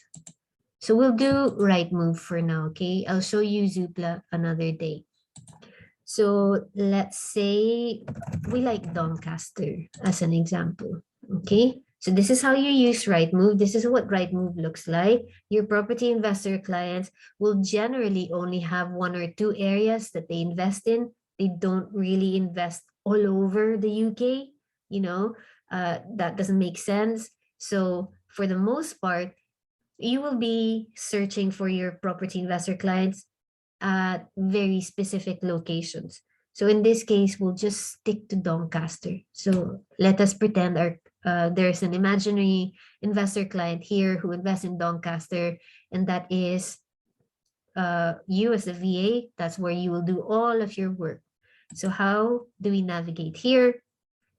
We clicked on, let me just backtrack that step. For rent, to look at properties, sorry, for sale, to look at properties for sale, and for rent, to look at properties for rent. You use the for sale in order to find properties to buy for your client, okay? You use the for rent to either check rental rates or to find rent-to-rent deals for your client. More on the finding in next week, okay? But I'm just giving you the general background today. Okay, find properties. We've got here the listings according to the various filters that you can plug in here. The filters might include minimum and maximum price. This is where the checklist comes in, because you can specifically ask your clients, okay, can you give me minimum and maximum price to filter the search results? Can you give me minimum to maximum beds to filter the search results? And can you please give me the property type as well? Okay, under property type, we discussed earlier the various property types: detached semis, terrace, flats, bungalows. Land and park homes are generally not included if your investor clients are landlords. They want properties to rent out, okay? And these two are generally not suitable properties for renting out. So let's say your client just wants terrace properties. Okay, the search results went down all the way to 196. Your client may not have any other filters or requirements from you. And let's say they're more than happy for you to just data scrape all that shows up here. Okay. Let's say maximum price, 120. Okay, you've got 95 search results. And you can data scrape all of this now. Okay, that's right move. Okay, to check comparables. How do you check comparables? I will show you. So you've got here Datesway, Doncaster, DN5. Asking for 110. That's a guide price. You know, I don't like guide prices because guide price is like the minimum that the vendor is asking for.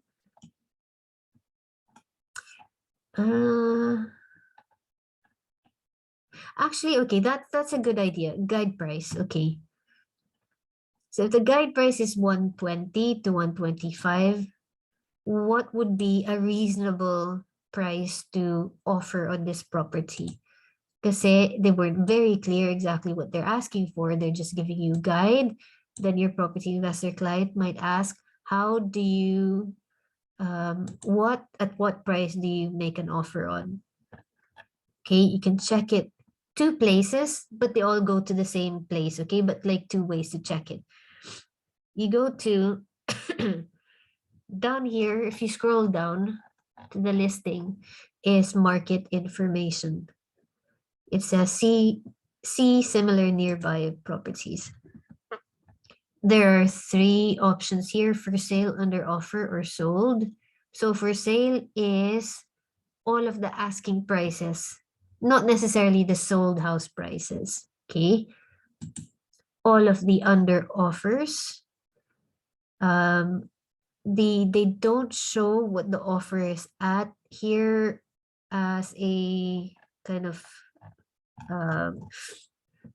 search result listing, but maybe the listing itself might indicate what the offer was received at.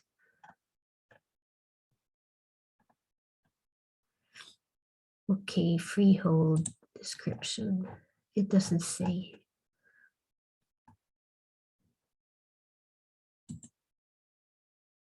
Okay, 120, 120, and then you've got sold house prices. You can see that what it's asking for is so much higher than the sold prices. Now that can be an indication that the market is very, very buoyant it's a seller's market, so they could command whatever price they want. Diba, we remember our guide price was 120, 125. Okay. But you've got here asking sold house, not even asking, sold house prices at less than 100,000. So your client may come back and say, this is overpriced. Okay. The guide price is 120,000 up to 125. But the market is telling you that actually, historically, the sold house prices are less than 100,000 in this area. Okay. Another way to look at sold house prices is to go at the top. House prices is up here. Price comparison, sold house prices, property valuation. I'll go for sold house prices. Okay, what was it?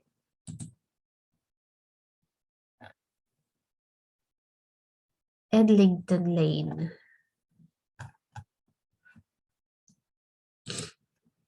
Sold house prices. Edlington Lane. List view.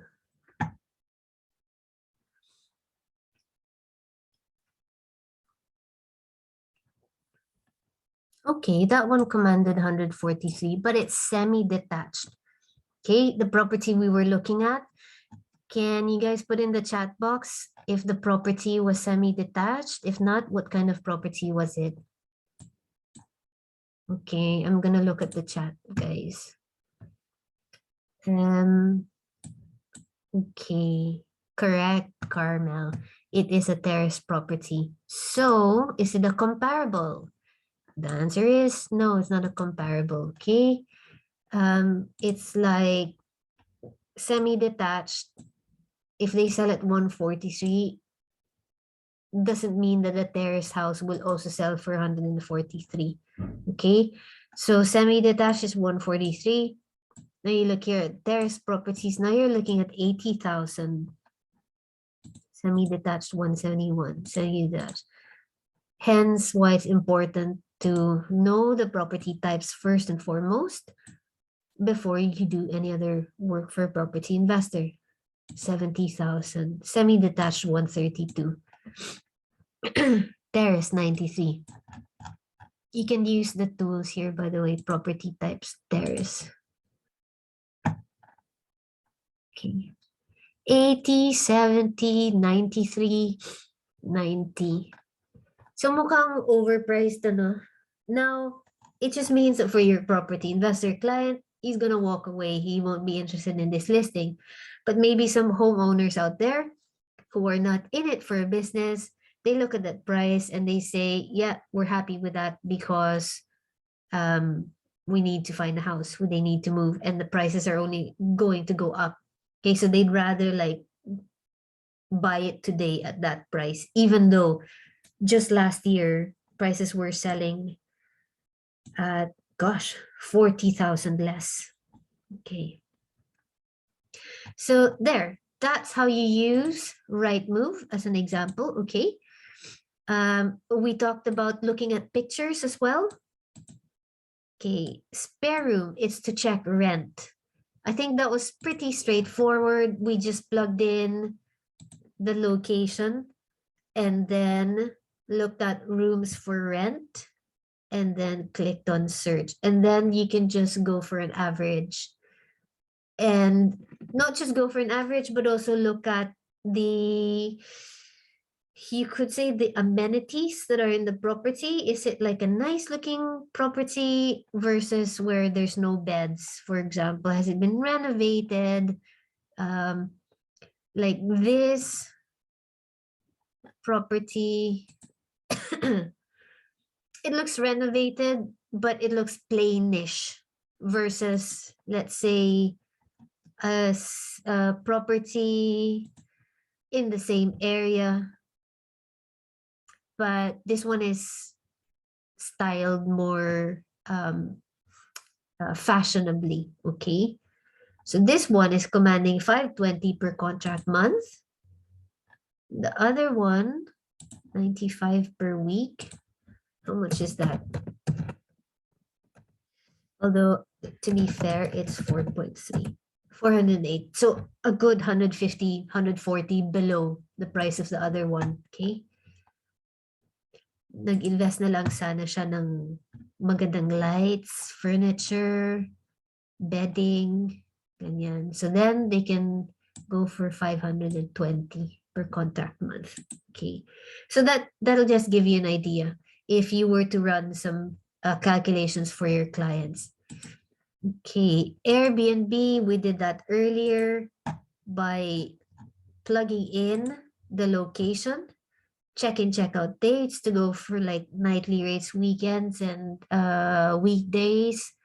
And then it will show you the per night calculation. Okay. Land registry, we'll skip that for now. Don't think we have enough time. It's already past 1 o'clock. So I'm sorry, guys. Let's see what else I can do here. We did some exercises. Calculators. Okay, I'll run through this very quickly because this is part of your homework anyway.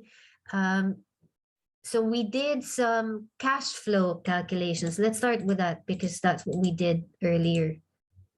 Okay, so cash flow is simply after all the expenses you rent to the landlord, or for example, if it's a property that your investor client owns, then maybe the mortgage payments to the bank, and then there's letting fees and all that. So it's the cash flow.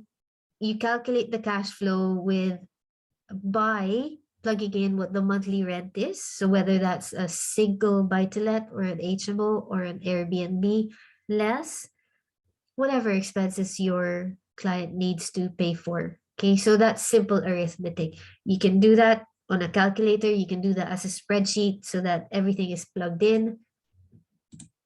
What else? How to calculate money left in the deal. This is also a simple, I think we did some calculations earlier. Okay, money left in the deal. Shall I calculate that now, or we go just looking at the time? Okay. Right. Let's do this one by one. Okay. So we've done cash flow. Okay. Does it cash flow? If the answer is yes, then, you know, that's a go. That's a green light for your client.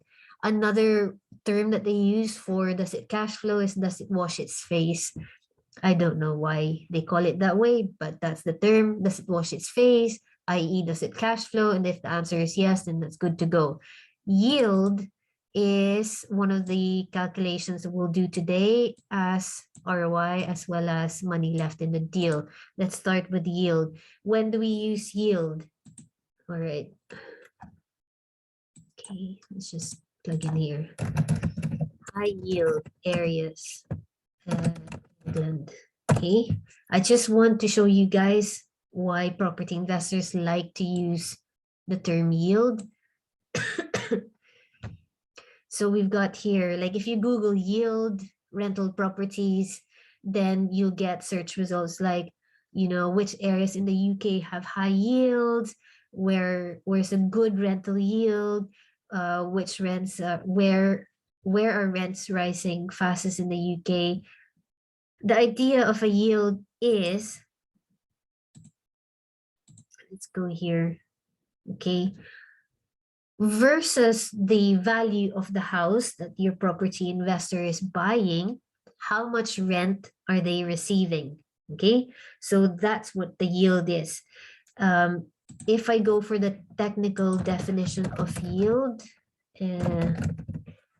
definition real estate or property, real estate is good. Okay, how much of an annual return you're likely to get for your investment? Okay, in formula wise, that is translated to the value of the property. So it's a done up value, okay? And then you compare that with the rent that you're receiving. So if we go here, how much of an annual return you're likely to get on your investment, okay? What are you getting? The rent that you're getting. What is the value of your investment? Okay, I am going to just zoom in on this one a bit because I want to make sure you guys can see this. Okay, let's do some calculations very quickly on this one. Let's look at this property. Okay, how about let's look at this property, okay? Cecil Avenue, Wordsworth, Doncaster, guide price is 120. As it's sold, subject to contract, we're going to assume that this is the price it's at, okay? Done up valuation, does this property look like it's gonna need some refurb? I don't think so. I think this can be ready to rent out tomorrow. Therefore, let's assume that your client will not spend any money on doing up this property. So he buys it today, he can rent it out tomorrow at the exact condition. Okay, so let's assume then that the done up market valuation is 120,000 on this one. Okay, so we've got the first number that we need to find. Okay, 120,000. So earmark that, guys, 120,000. Annual rent. Okay, in Cecil Avenue, Wormsworth, so we'll go Wormsworth. Okay, we go to the rent, okay, guys? So we're not going to buy properties now. We're going to check the rental rates. So start search. That was a 2-bed. Was that a terraced house? I should have checked. Generally, you just look for the number of bedrooms. Okay, 2 beds. Okay, rent, property to rent. Start search. Number of bedrooms, 2/2. So 2 min, 2 max, so that we only compare correct comparables. This area only. Maybe let's adjust it to quarter mile. Include properties that have been let out. So then we might get actual letting prices. Okay. Got 4 search results. 650, 475, and 525, 450. Ang daming difference. Okay, that one's an apartment and a flat. House. Terrace. Okay. In this instance, because there doesn't seem to be a consistent, how about 0 miles? 1. Okay, I think I'll be happier with this one. 525. Okay, so guys, get out your calculators and do this with me. So we have annual rent 525 per contract month multiplied by 12, diba? Simples. Okay, 6,300. What was the done up market value again, guys? Was 120,000. Bam, bam, bam. Multiply this by 100. Okay, you've got a yield of 525. Now, your property investor client might say, I only want properties with a yield of minimum 7%. Let's say that's your client's filter, okay? Then you worked out this number and this number is 525. So very quickly, guys, if your client says minimum 7% yield, is this a go or not a go? I'm going to look at your responses. Okay. Okay, very quickly, no go. Thanks, Carmel, not a go. Thanks, L. Correct. Okay. So if you're the VA doing the data scraping and your client says yield is minimum 6% or minimum 4%, whatever that figure is, because it's your client's own criteria of what is a good investment, then you know how to do it. You are the property VA. You're going, great, I am going to look for listings based on your client's filters. Ganyan, yung area, yung property type, minimum bedroom, blah, blah, blah. Tapos check mo yung yung rent. okay? And now you know how to do it. Now you can say to the client, these are all the properties that match your requirement of a minimum yield, okay? So then, what's the term? Then your client can go, great. So can you please call the estate agents for each of those properties? Tapos you book me, you book some dates for me to view the properties. Then I'll make an offer next week or whatever, okay? Diba? So fun. Here we go. How cash flow is quite easy. We're not going to do that. Let us calculate what's next. Okay, because I know I am asking you guys to stay overtime, so I want to make sure. Okay, let's calculate ROI. Okay.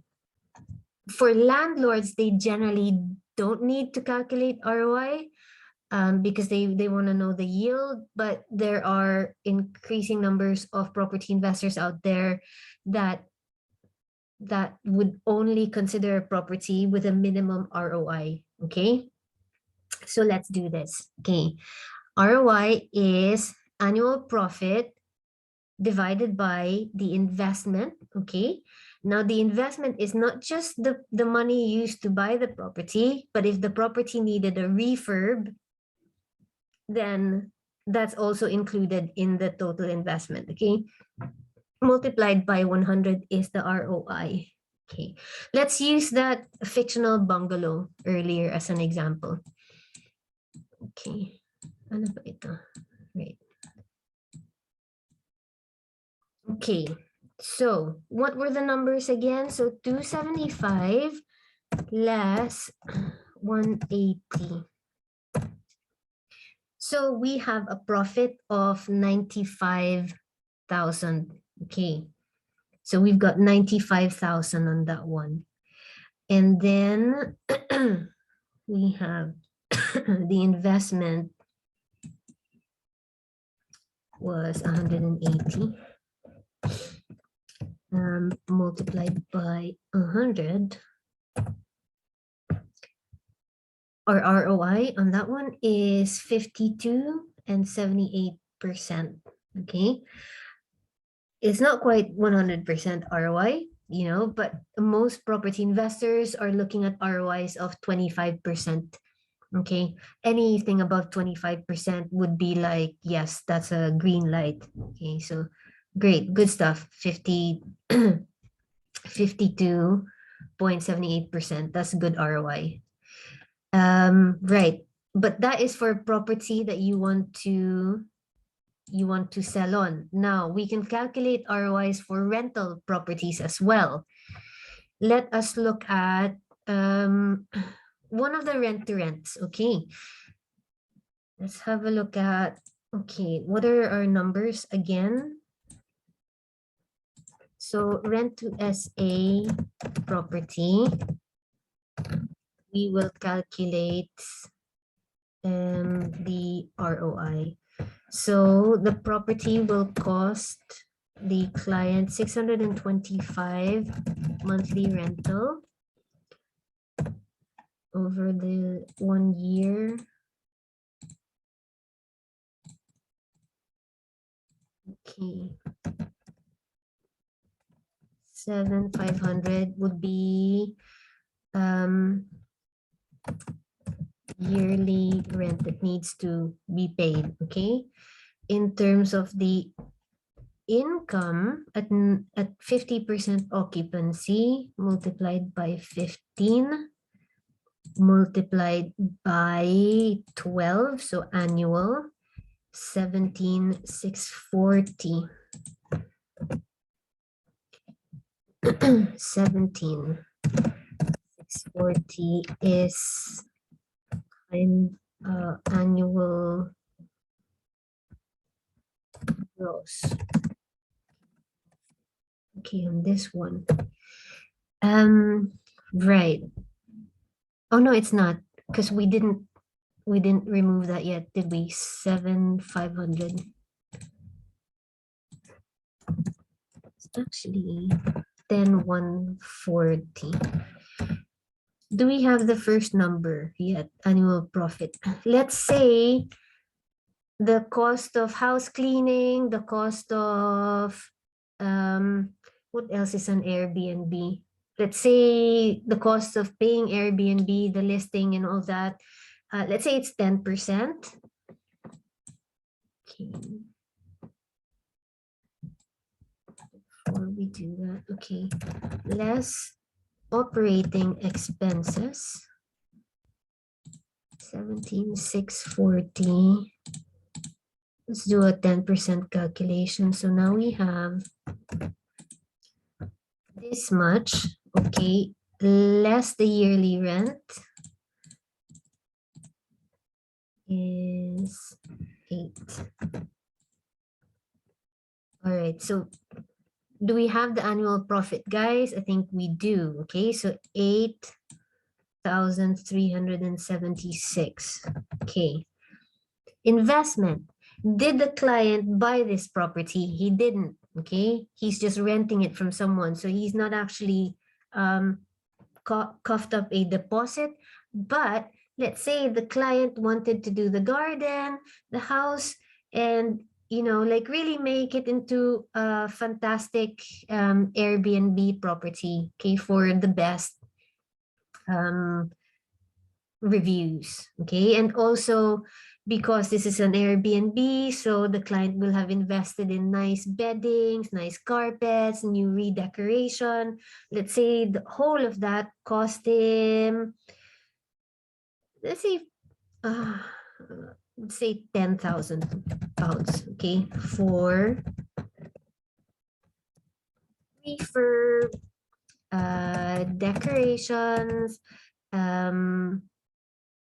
like appliances, for guest amenities, okay, let's say, so it's 10,000.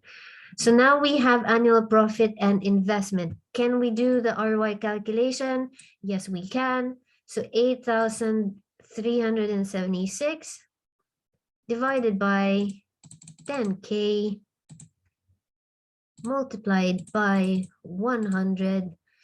We have a fantastic ROI of 83.76. So for the investment of 10,000, we have within less than 2 years, all of that investment has been paid off and your client is just cash flowing infinitely on this property, okay? So that's a good ROI, isn't it? Okay. Clear so far on ROI, guys? Okay. Let's move on to how much money is left in the deal. Okay, right. We've got, let's do an example on this one. Doncaster ulit. Okay. Last na to, guys, promise. Okay, minimum bedrooms. 2, max 2. Property type, houses. Let's find some properties. Okay. We want to find properties that need refurbishment. Okay, quick sale. No matching keywords. Fine. In need of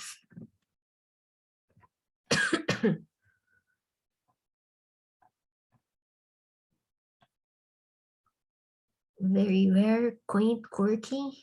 In need of look like a distressed. Oh, here, this is nice. Okay, sirang-sira yung bahay.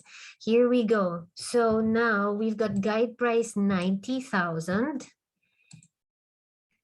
This property is definitely in need of a lot of refurbishment. It looks like it was already in the process of being refurbished. Tas hindi natapos, okay? The first thing that we need to do, wait, okay. First of all, let us look at the formula. Oh, what did I do?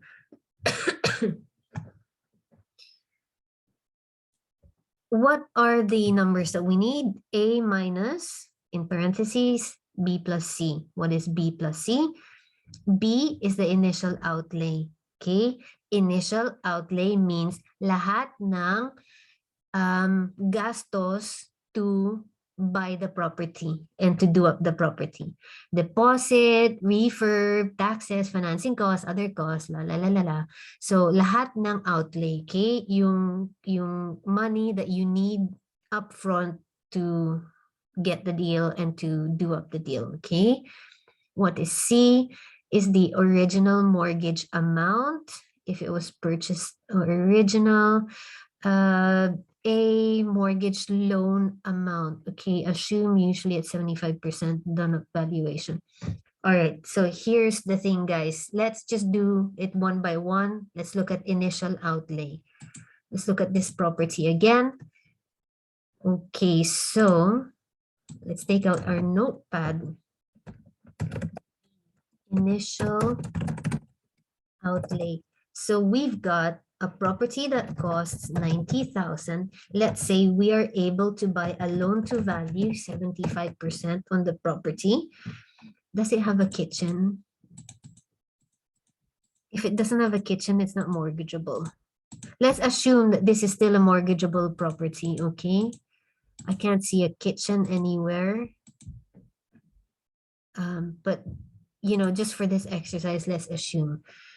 So therefore, we need to find a deposit of 25%, okay? So let's get these two figures going.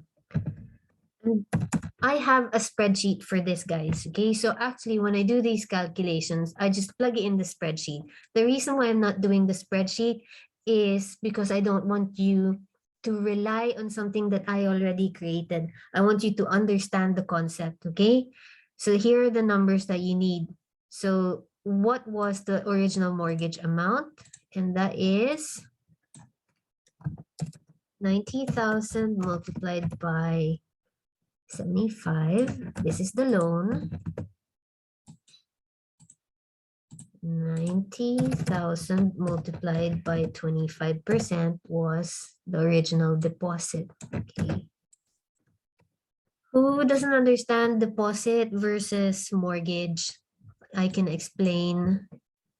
I'm going to assume you guys know. So deposit is the one that it's like no one's going to give you 100% to buy a house. Okay. You need to have skin in the game is what the expression is, okay? Some of your own money, the rest the bank will lend you, okay? And then you pay the bank in interest, okay? That's how they make money, okay?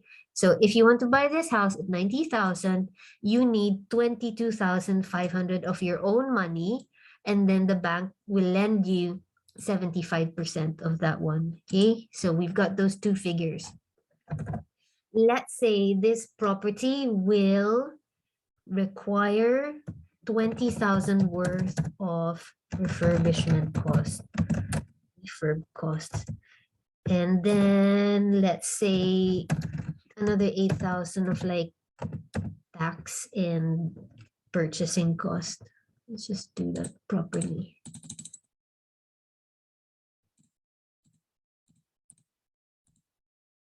$2,000. Okay. Actually, mga nasa 3,500 lang siguro. Okay. We pay stamp duty tax here in the UK, which is 3% of the purchase price. That's where my 3% calculation was earlier. But let's say there's extra costs involved, you know, for buying properties. There's surveys, there's etc. and all that. So 3,500. Okay. So where were we at? Do we have letter B completely? Letter B, we've got the total is deposit plus refurb plus tax. That is our letter B. Okay. So our letter B is deposit, not the 90,000, okay? Just the deposit plus 20,000 refurb plus 3,500 tax. Did I do this correctly, guys? 46,000 is the initial outlay just to buy this property. Okay. What is our letter C? Our letter C is the original mortgage amount. Assume usually at 75%. So our letter C is actually that one. So the formula is A minus B plus C. So that's A minus 65. Oh, 113. Okay, we just need to find letter A. What is letter A? Okay, A is the done up valuation mortgage amount, still at 75%, because the bank will only lend you up to 75% generally, okay? Sometimes there are products out there where you can borrow 85% of the value, but for the purpose of just carrying out due diligence, we'll assume 75%, okay? How do we find done up valuation? Is we go to sold house prices of this property, okay? So within Allerton Street, looking at 2-bedroom properties, it's a terrace property as well, but end terrace, so a bit more high value than the mid-terrace properties.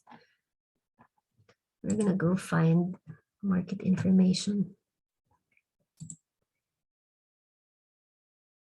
Okay, sold house prices. And it has to be done up. Okay, so these don't look done up. This might be a done up property, 75. Okay. Let us go for sold house prices. Sometimes it turns out that it's not a good deal, DN1.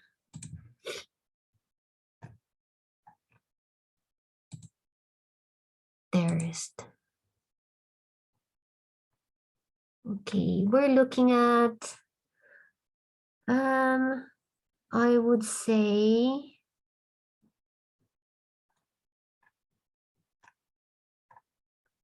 okay, so property values are going up anyhow.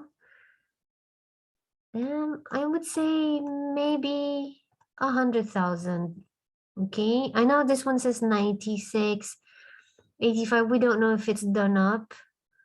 But there's some here that's 190, and that says 3-bed. 85, 2-bed terrace, 138. I'm gonna say 100,000. So A equals 100,000, but only 75% value. Okay, so A is in fact 75,000. Let us go back here. So what are we calculating for? We are calculating for how much money is left in the deal. Your property investors want to know this value because this will help the property investor know the calculate for the ROI later on. We'll go back to the ROI actually.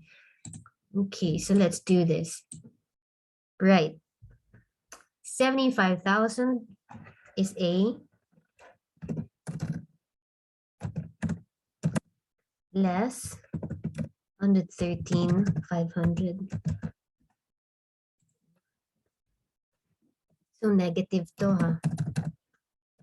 Less 13,500. The money that's left in the deal is 38,500.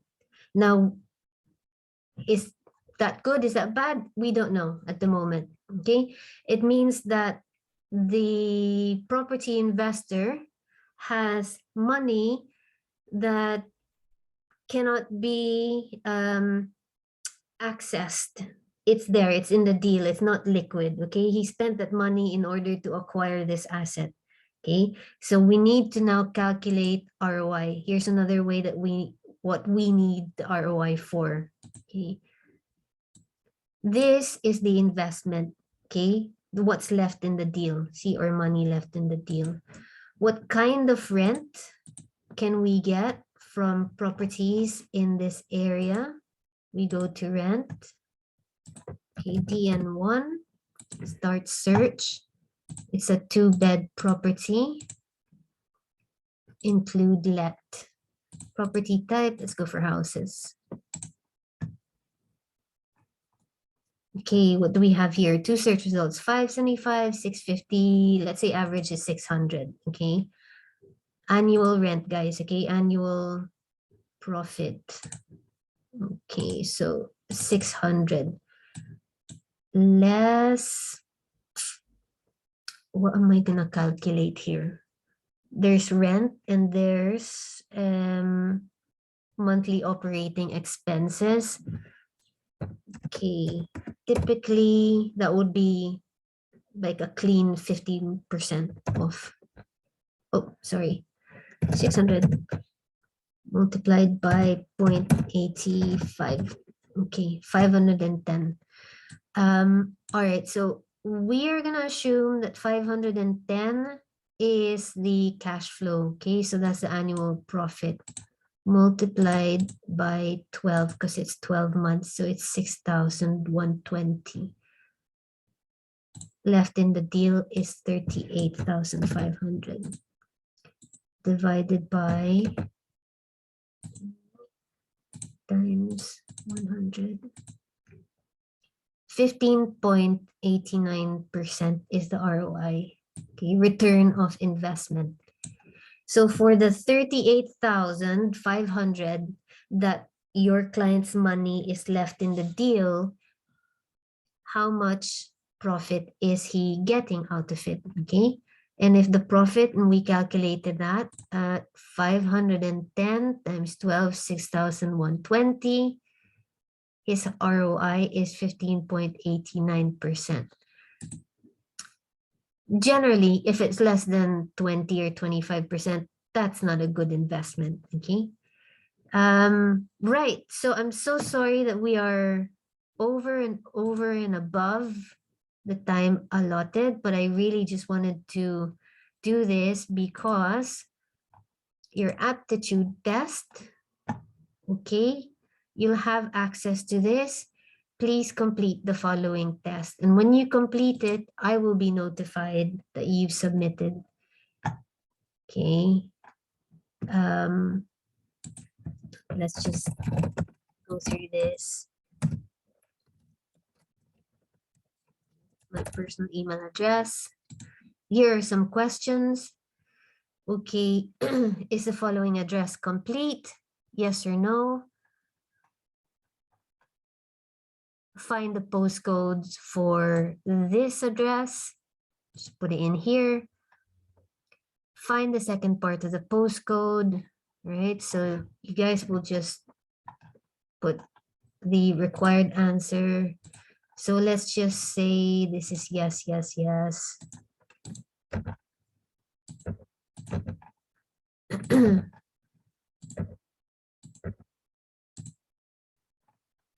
Okay, what does buy to let mean? R2R, R2SA, HMO, PLO, SA, DTV. You can rewatch the video or you can just Google it. Okay, so I'm just going to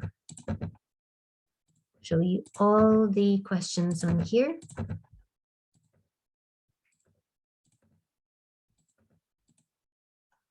Okay. How much will a 2-bed semi rent for in Hare Hills, Leeds? Okay. So plug it in here, guys. These are the questions that you will encounter in the aptitude test.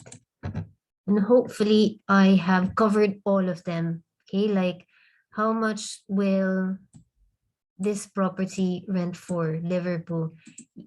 Okay, guys, very quickly, where do I click? For sale or to rent? Okay.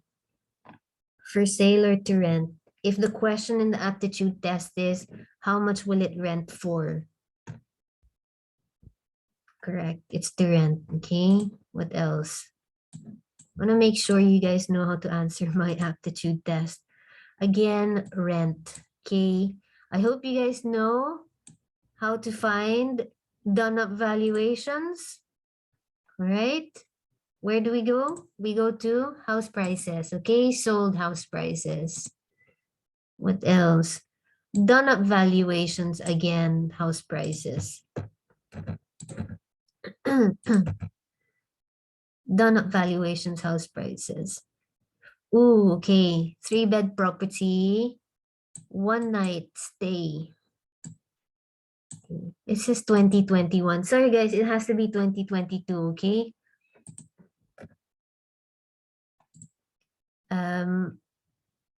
So you guys know where to find this? Just go into Airbnb, okay?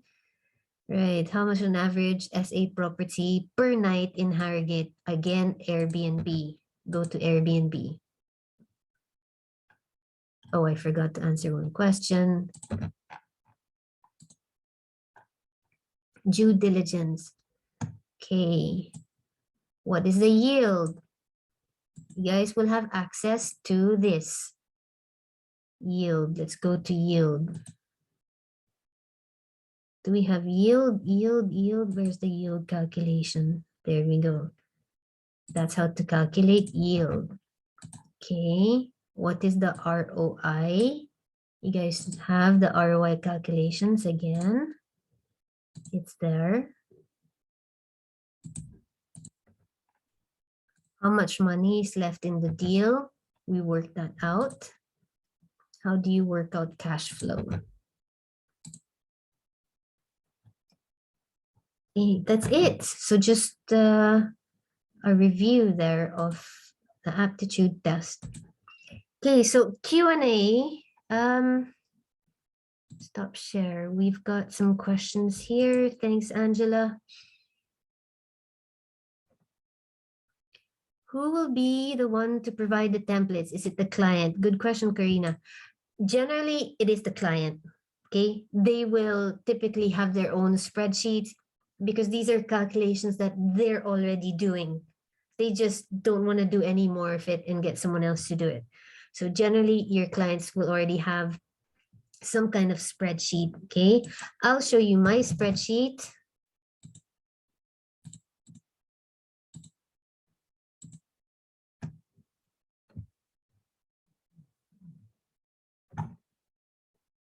Done up value, you know, I enter the figure here, loan to value, generally 75%. I'm still the one entering the figure. Purchase price, loan to value, refurb cost. Refurb cost, your clients might give you a blank amount, okay? For as long as, let's say, it's a light refurb, your client might say, oh, whatever it is, just plug in 10,000, or whatever it is, just plug in 20,000, okay? So refurb cost is generally from your client, okay? Everything else might be what you're going to find on Rightmove from your own data scraping, okay? I hope that answers your question. Is rent-to-rent different from multi-let? Rent-to-rent is a way of buying or acquiring the property. Multi-let is a way of earning income. That's the difference, okay? So that's L's question. L's question is the rent-to-rent different from multi-let? So I'm explaining that rent-to-rent is a way of acquiring the property, but multi-let is a way of earning income from the property, okay? You can have a multi-let wherein you buy the property, you purchased it, you didn't rent it from someone else. You can also have a multi-let property that you didn't have to buy, that you just rented from someone else, okay? Question from Carmel. PLO. So in PLO, it's like you lock in the price of the property and only pay it sometime in the future at the agreed price, not the same price, at the agreed price, okay? So for example, right now, that bungalow, which can be bought for 100,000, your property investor client will say, do you know what? I'll pay you 120,000 on the property, even though it's only worth 100,000 today. But in exchange for like the higher valuation, I won't exchange until, let's say, 6 months from now. And the vendor might say, yeah, works for me. I can wait 6 months in order to get that extra 20,000. And for your investor client, he's gonna make, what did we say the profit on that one? 95,000, I think. So sure, he'll only now make 70,000 out of that deal. 70,000 is still a good chunk of money, and he's happy to pay that 20,000 over to to the vendor, okay, just so he can agree with the deal.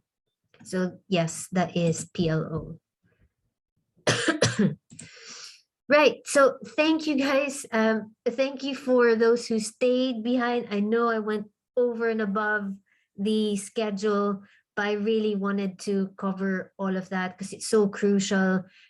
The bulk of your work for property investors will be that what I explained the last hour and a half. Okay. So those who are watching the replay to catch up with today's session, hopefully I've managed to explain and cover everything. That's it. No other questions? Then I'm not going to keep you for any longer because it's already super late. Thank you guys. Please do submit your aptitude tests because we will run recruitment drives in less than a month, maybe even sooner, maybe in 2 or 3 weeks. Okay. Thank you, everyone. You guys have a nice evening, and I shall see you next week. Bye.